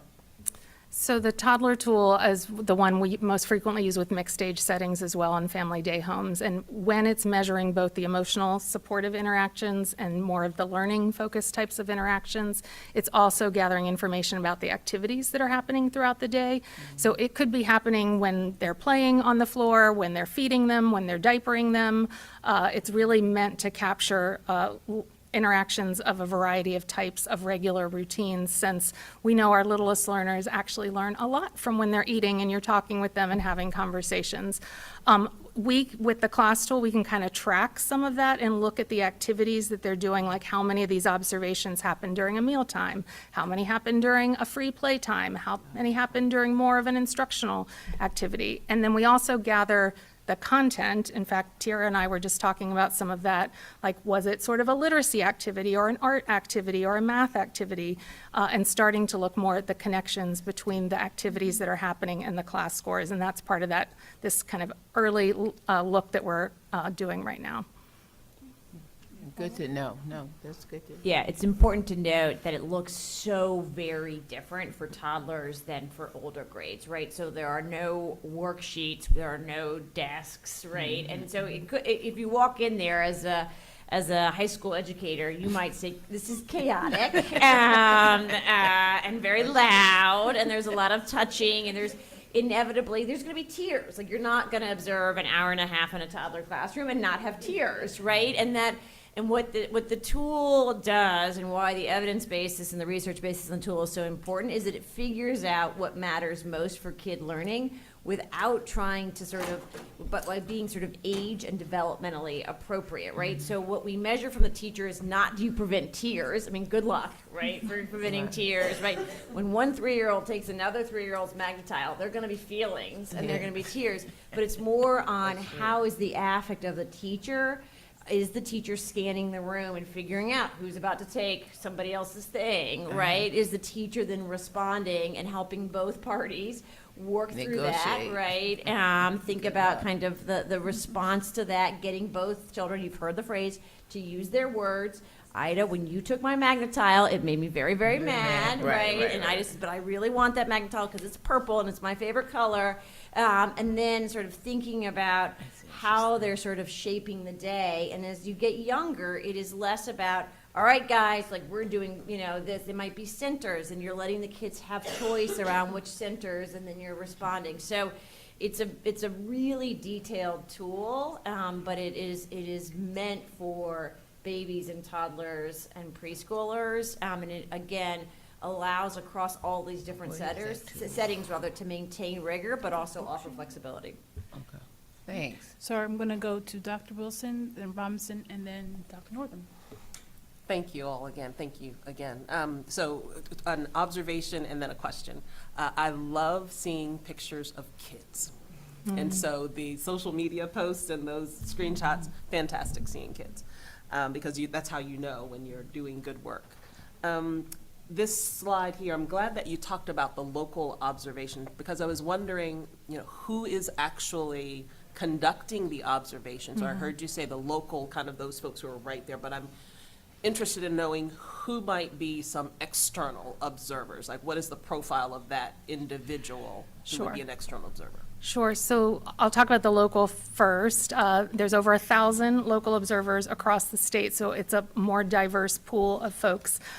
We try to get as many site leaders themselves to get certified and reliable in the tool, so that they have the expertise to do these observations and support teachers. So we do have some principals, some site directors, VPI coordinators, do them, Head Start directors. Our Ready regions then can also hire contracted observers, again, to try to find folks in the community and in those areas. A lot of times they try to find somebody who has experience with family day home providers and who understands those contexts. And then occasionally they use some of their own staffing to do the observations. So they all have to become certified and reliable in the tool, but they can have a variety of kind of working relationships with them. And then the Ready regions kind of watch their data and their trends compared to the external, and when they need support, they step in and they support them with strengthening their skills or offer different trainings to kind of keep their observation skills. The external observers are a much smaller core group. It's about 140 statewide contractors that are more, again, of third party. They cannot have a working relationship with the site. There's a strict conflict of interest policy. In addition to becoming certified and reliable, they have additional double coding, calibrations monthly, and higher actually levels of pass rates that we look at to keep them kind of as rigorous as possible. They can, again, we look for folks who have some education background, but ultimately we look for folks who can be very objective and follow the class manual and have good, reliable results on that tool. Thank you, that's helpful. And just for clarification, so in order to be certified, it's not a paper test, you actually have to watch Yeah. 4 videos and score reliably. So it's very much a practical observation tool rather than a multiple choice test. And you have to renew it every year. I just Okay. did my infant this last weekend. I renew all 3 every year as well. So it is just becoming certified alone, but then there are additional pieces that we do to maintain kind of the integrity of the system. Thank you. Mr. Robinson? Again, just incredible gratitude for equipping us with this information to be partners to educators across Virginia and lifting that blue bar. It's such a great call to action for us. And I'm just curious to help educate us further in what you're learning about the theory of change related to the curriculum. So I understand that the measurement more focuses on interactions, and you can get a higher score if you're using curriculum. But we now have data that we've never had on whether that theory of change, how it proves out, whether having the approved curricula results in those higher interactions. And so I know tomorrow is more about the now what, but to help prepare us for that, what are you learning about the use of approved curricula and how that and the impact that has? Yeah, we have looked at that. So a couple things that we noticed. We looked at just the reported use of curriculum and compared to the class scores. And we did see overall that the classrooms that supported using an approved curriculum had higher class scores. We also broke it down by the age level and the domains.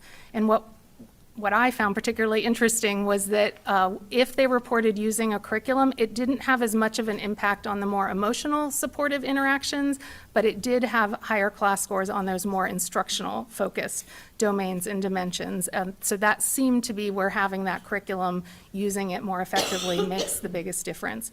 We also noticed that in our lower performing sites, there's much less use of approved curriculum, and even those that are reporting using it are not using it as effectively as they could. So part of the coaching and support they receive is to how do you use it to support those higher quality interactions as well. What would you add? And we'll cover a little bit more about this tomorrow also, but I think the focus on curriculum in VQB5 is distinct, especially when we think about it across site type. So this is one area where prior to VQB5, the use of curriculum looked very different. At the very earliest data we had looked very different in our family day homes versus our public schools, who were all using curriculum, most of which is now on our approved list, compared to the family day homes where the uptake in that was very limited.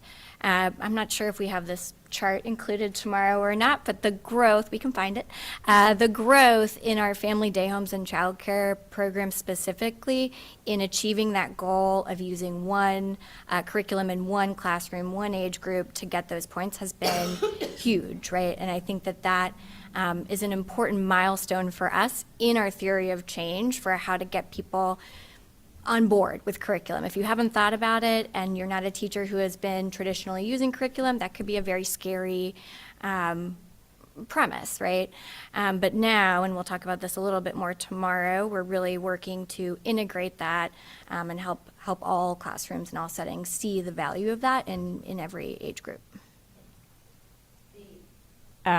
Important piece to note, I should note, there is one other state that doesn't do as many observations overall, but per capita does as many observations, and it happens to be Louisiana, where you have a similar model that is now has more than 10 years of impact. Part of the original drivers, Mr. Robinson, of including curriculum is that when this similar model was rolled out in Louisiana, after a few years of the measuring only interactions, child care actually came to Aaron and myself and said, we need a resource for our educators who are not traditionally trained in educator prep, but they can do the warm and responsive. They've begun to reorganize how they think about the day, but the idea of intentional learning and how to do that in a developmentally and age-appropriate way, like, we need a resource. And so at that point in Louisiana, it was not part of the measurement system, but we began to fund programs to use it. And so then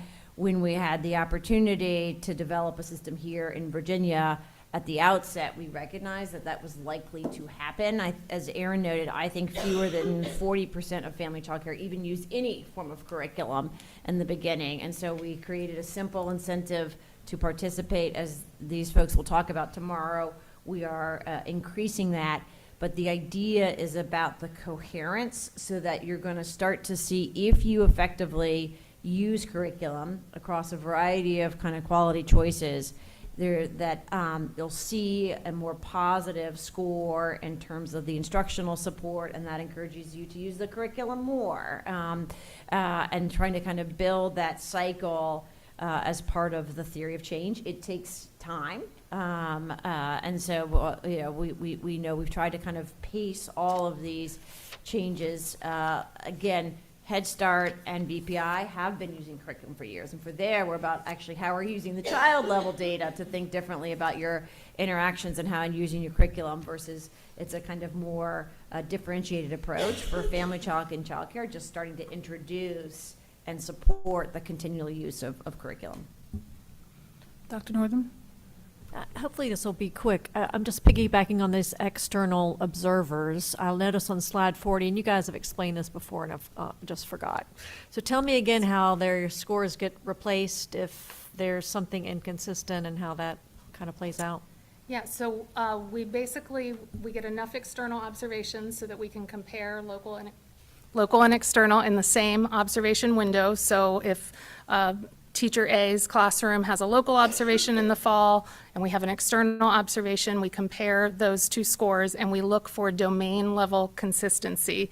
So depending again on the age level, there's different domains, but we look for scores that are within 1 point consistent, and that's the same way the class tool reliability works. You have to be within 1 point to be reliable.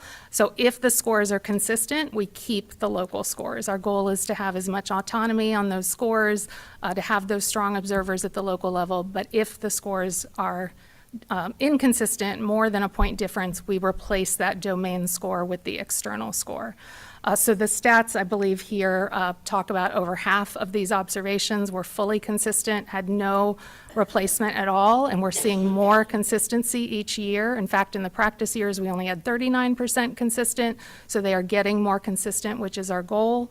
And then when we do a replacement, it's typically just in one area, so it's a mix of some local and external scores. It's very rare to have a full replacement, but if that happens, we take a close look at it with our ready regions to see how we can support those observers.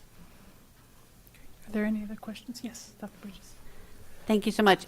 Echoing the kudos to the team on this. It's really incredible work. I hope I'm not the only person that was thinking about ways that lessons learned, and the fact that you've got a truly comprehensive and coherent system of accountability and support that drives towards continual improvement. The things that we could do at K-12 in that direction to really build that same coherence. I know they're very different.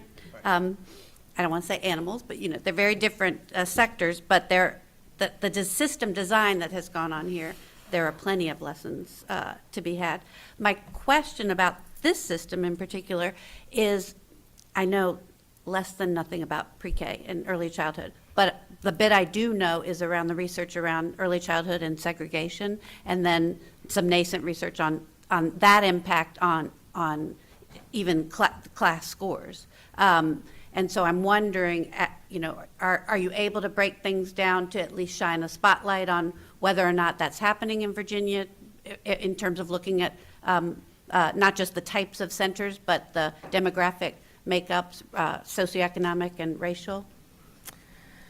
It's a great question. So part of the importance of VA Connects is helping to Again, because this is at scale, right, that to really think through what are all the factors impacting children and then students kind of within the classroom, but also what do we also know about those children, those students, those educators and their communities, right? So for example, across these different settings, and we didn't even really touch on workforce today, but you have very different expectations around preparation and very different structures around compensation, which still makes sort of this structure and coherence, you know, sort of in some ways near miraculous.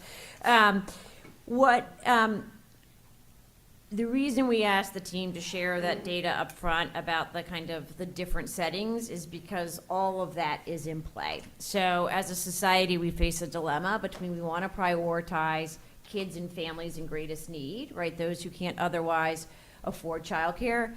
Inadvertently, what that does is end up concentrating kids and families in greatest need. And so you end up with, in sort of our Head Start and our Virginia Preschool Initiative classrooms that tend to be more demographically similar, whether that's socioeconomics, that's language, whether that's race, right? And so your trade-off is we might get a more socioeconomic diverse class, but then we also want to prioritizing to the point that Ms. Witherspoon made earlier around, you know, if we have scarce dollars, they should go towards those in greatest need. And so there are some trends around looking at segregation that is partly about kind of communities and history, but is also partly about prioritizing families and children in greatest need.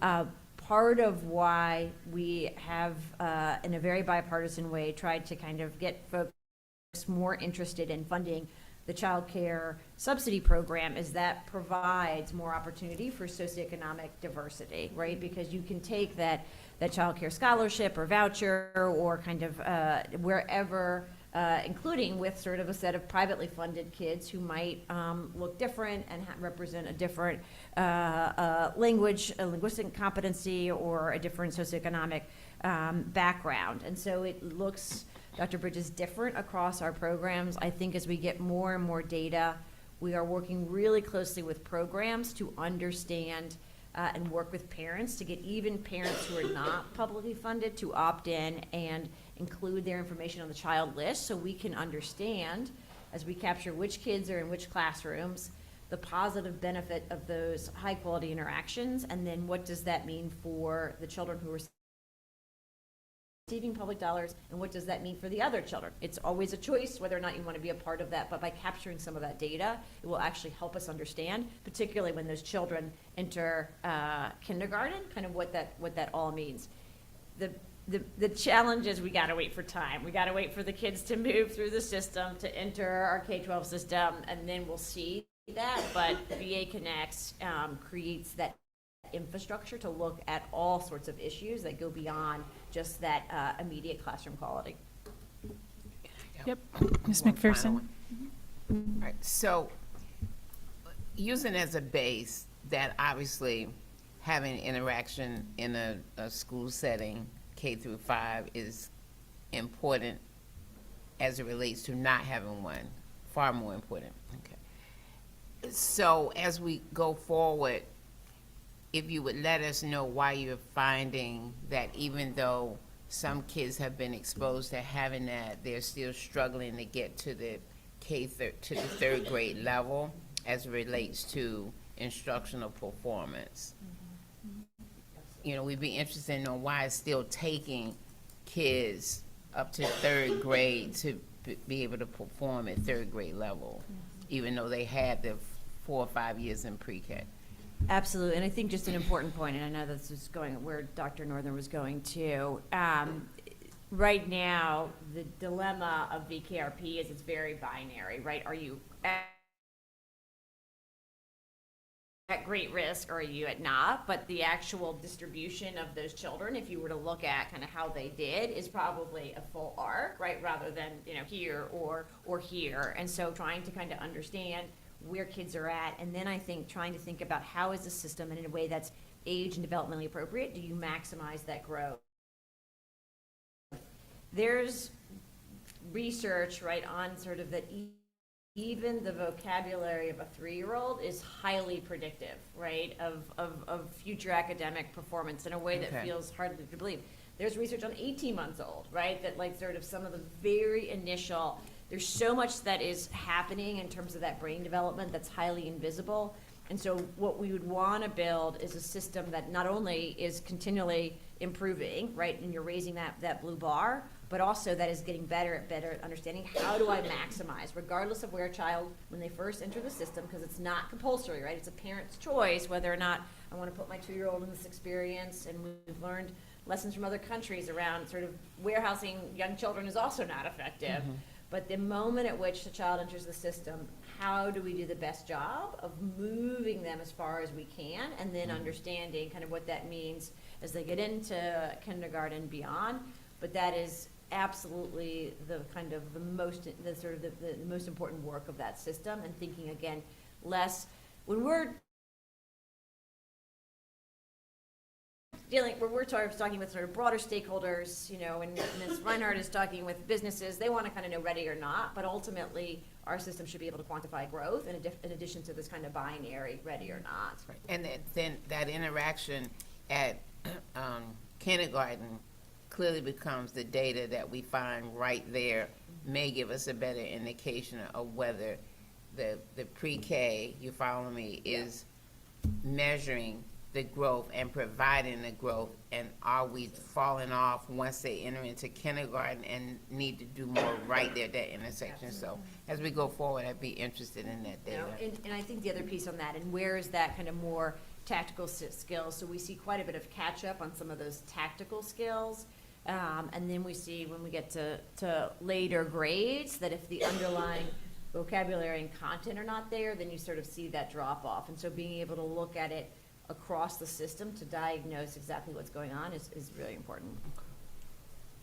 Great. If there are no other questions, thank you, team. The only, I guess, final comment from me is, Dr. Bridges, I was exactly thinking about what you asked, which was, this is really tremendous. I just wrote a couple notes. Just being able to lead with the data, thinking about the scale, the point around accountability and support, that last part around communication, just tools so that all of our stakeholders have the information, is just very consistent with the work that I know the previous board, the new board members, the work that we are doing, just breeding transparency. And then the last word that I think you said, Superintendent Conway, was just around innovation. And I just kept thinking, thank you to the team, but also thank you to Superintendent Conway, who has led this work, and just continue to be excited to see how this transfers not just to our littlest learners, but to all of our learners across the state. So thank you for your leadership. With that, I think we are time for at least a break or some snacks. Is that right? We don't get a nap, but we can at least get, yes. They turn the lights off. Yes. They grab the temperature. We'll bring out the cats. Great, team. Again, thank you so much for your presentation. We are going to break now for lunch and reconvene. Are we reconvening? Or do you want to do a quick? Okay, great. Well, I'll turn it back to the superintendent for a stretch break? No? Go for it. You gotta go?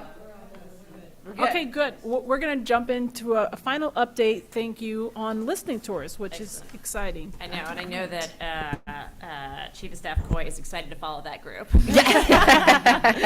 Full disclosure, I do not have any brain slides. Okay. So hopefully this will be an easier transition to lunch. I just need the slides to come back. Well, good afternoon, President Ashton, members of the board, and Superintendent Conway. My name is Holly Coy. I have the honor of serving as Chief of Staff at the DOE. And this afternoon, I'm going to provide you with an update about the Commonwealth Listening Tour, which the superintendent and our Secretary of Education, Dr. Jeffrey Smith, have been leading over the last few months. So I will share a bit about the genesis of the tour, the types of feedback and engagement opportunities that were created, some of the common themes in the feedback, and how we anticipate the input will inform our work together.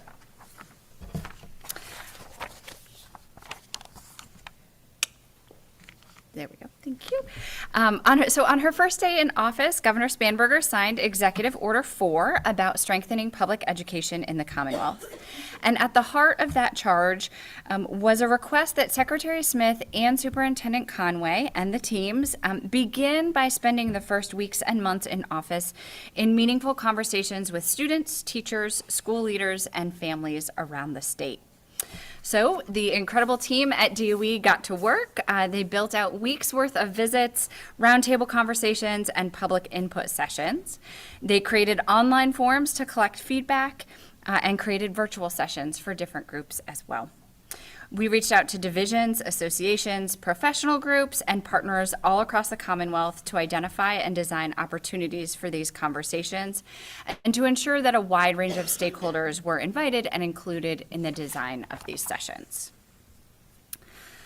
So the foundation of the tour was a day-long visit in each of the 8 superintendents' regions in the state.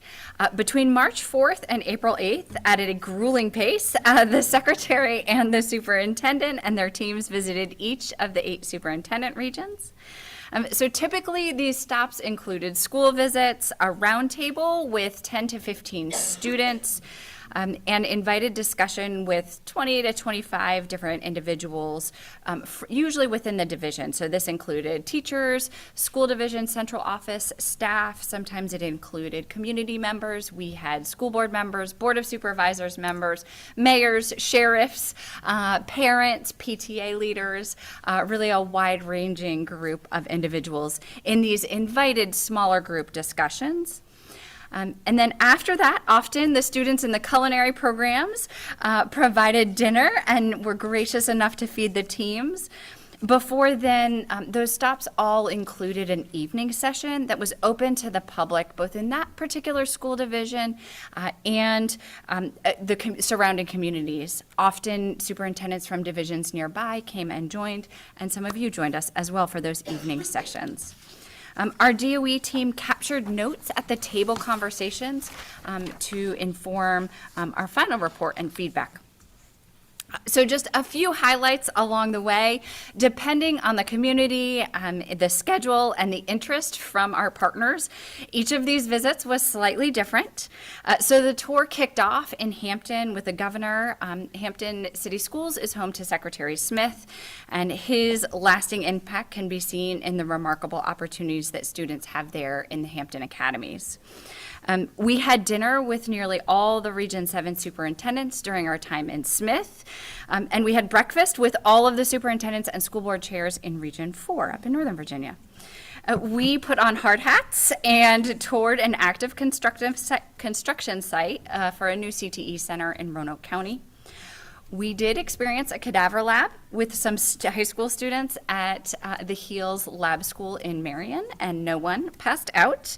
And we had a session just for our early childhood providers in Alexandria. So our hosts, who were often, but not always, school divisions, were incredibly gracious with their time, their space, their staff. And it was a real pleasure to work with them to get a flavor of the things in their communities that they are proud of, excited to show off, as well as have conversations about the challenges.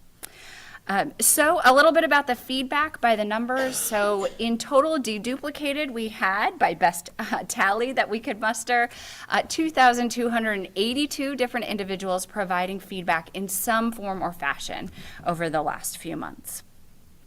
So an online survey was launched in early March. It received nearly 1,000 responses. There were virtual sessions, each for a different and specific group of partners. So this included business and community, principals, teachers, parents, and families.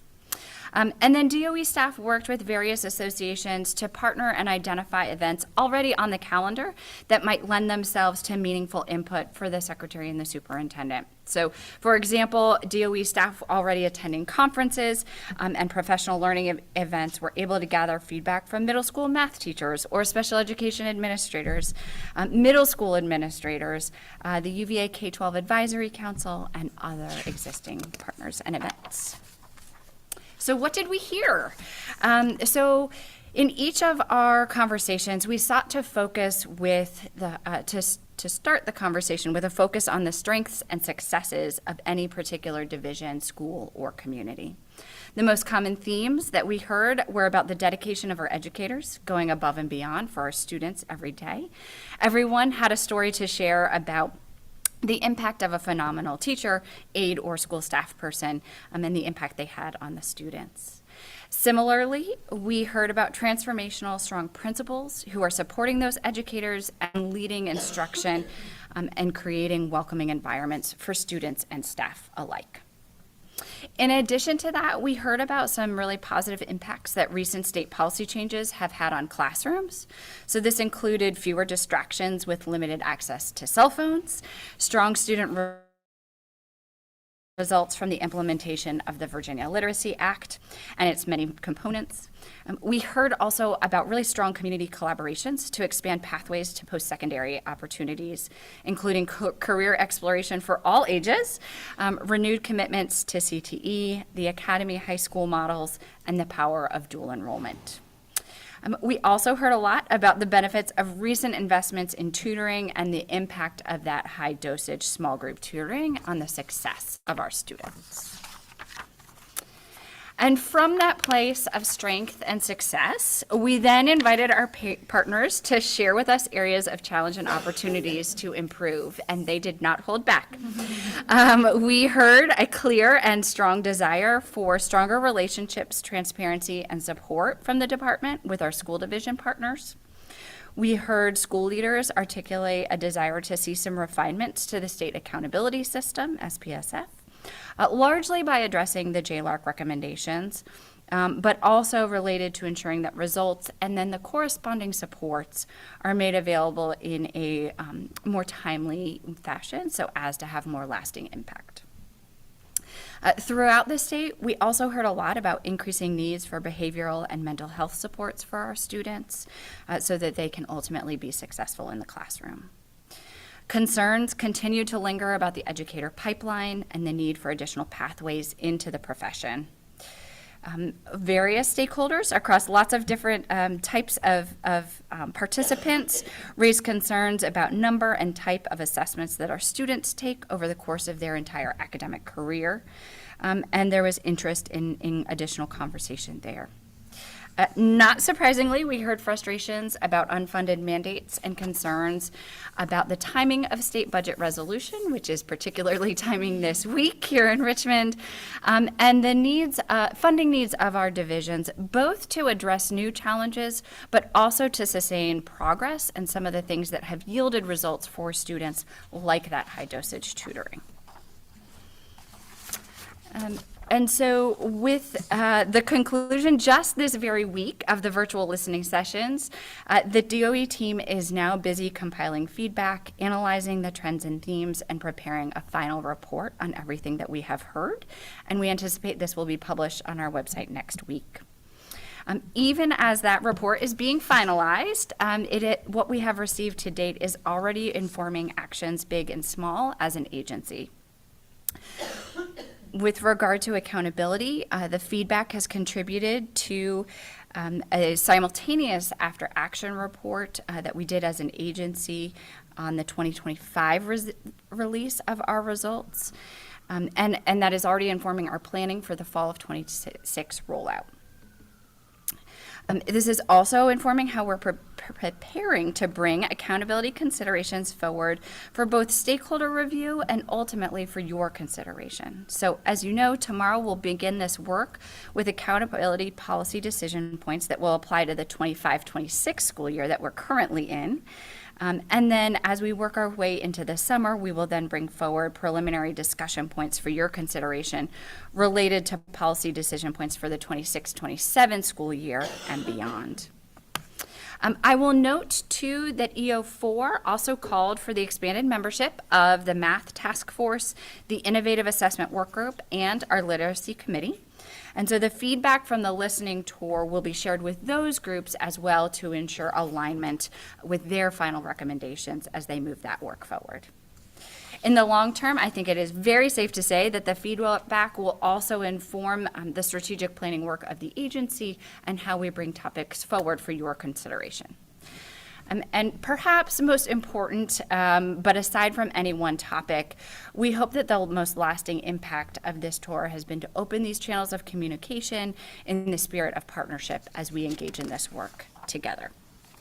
So with that very brief presentation, as compared to the last, I will just end by saying thank you to the incredible team, both at DOE and in our divisions, and with all the partners who hosted us over the last many months.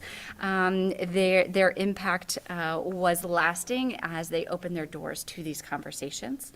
And to also thank all the participants who are willing to share candidly with us where they see hope and where they had very candid feedback for us about where we could improve and how we might partner in the conversations to improve the system together. So with that, I'm happy to answer any questions that you all may have.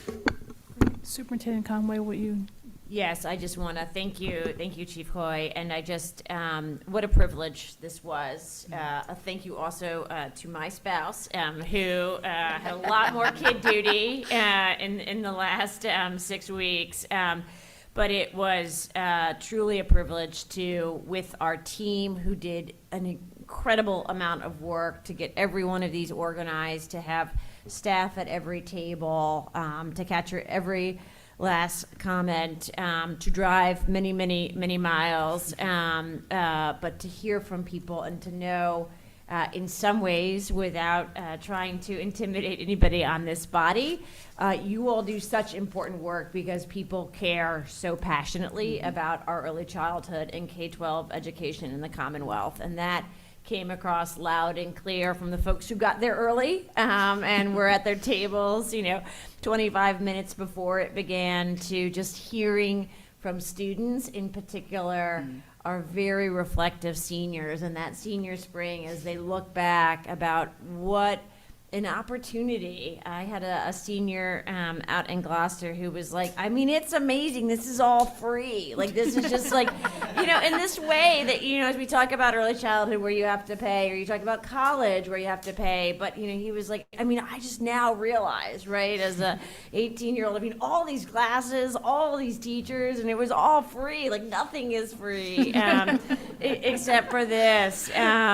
It's probably the most competitive board to be on, but because people care so much about this, and because it is truly owned by every single one of our 131 school divisions and communities, and we felt that they are very different across the state, but there is truly more that unites us than divides us. And so I am also, as Chief Coy noted, incredibly, incredibly grateful to everybody who helped make this possible. Great, thank you, Superintendent. Thank you, Chief Coy. Any other questions about the listening tour? Yes, Dr. Bridges? Thank you, Holly.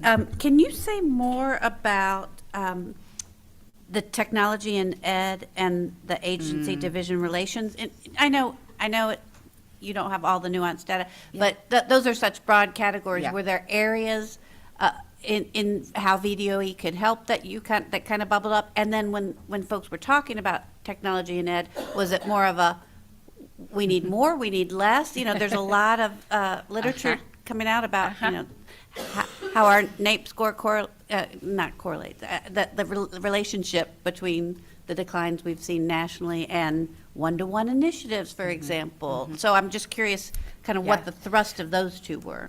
Those are great questions. I'll start with the second one by saying it was both, right? We heard some about the use of AI and how that is informing both instructional practices and student experiences. But I think we heard even more, both from students and from educators and from families, about the over-reliance on technology and some of the downsides to that. And so that was really interesting to hear that from so many different perspectives in so many corners of the state.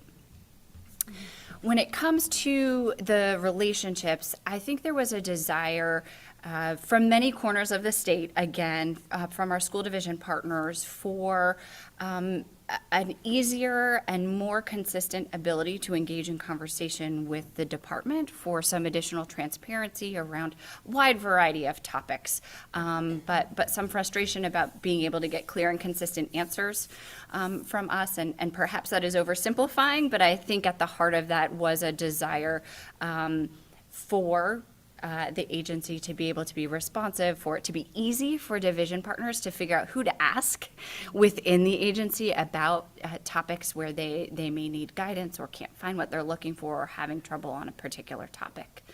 And that they have those channels of communication, both formally and informally, with us.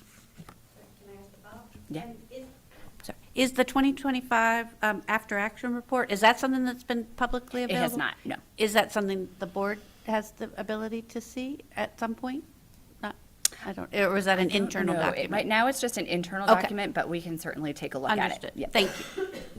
I think the other piece to kind of look at the sort of what was said versus what would be the potential root causes is how might we get in a place, and we have lots of folks who care, which is both our strength and our challenge, but if you look at this body and the important work it does and makes decision on, if you look at the gubernatorial initiatives, and if you look at what comes out of the General Assembly, it felt like a lot of things coming at folks in recent years, and you know, again, not pointing fingers at any one of those entities in any way, shape, or form, but like thinking about could we all lay out what the priorities were and kind of give a roadmap to 2030 if we're just going to use the kind of the benchmark of a gubernatorial administration, and work backwards from there, so that there could be a little bit more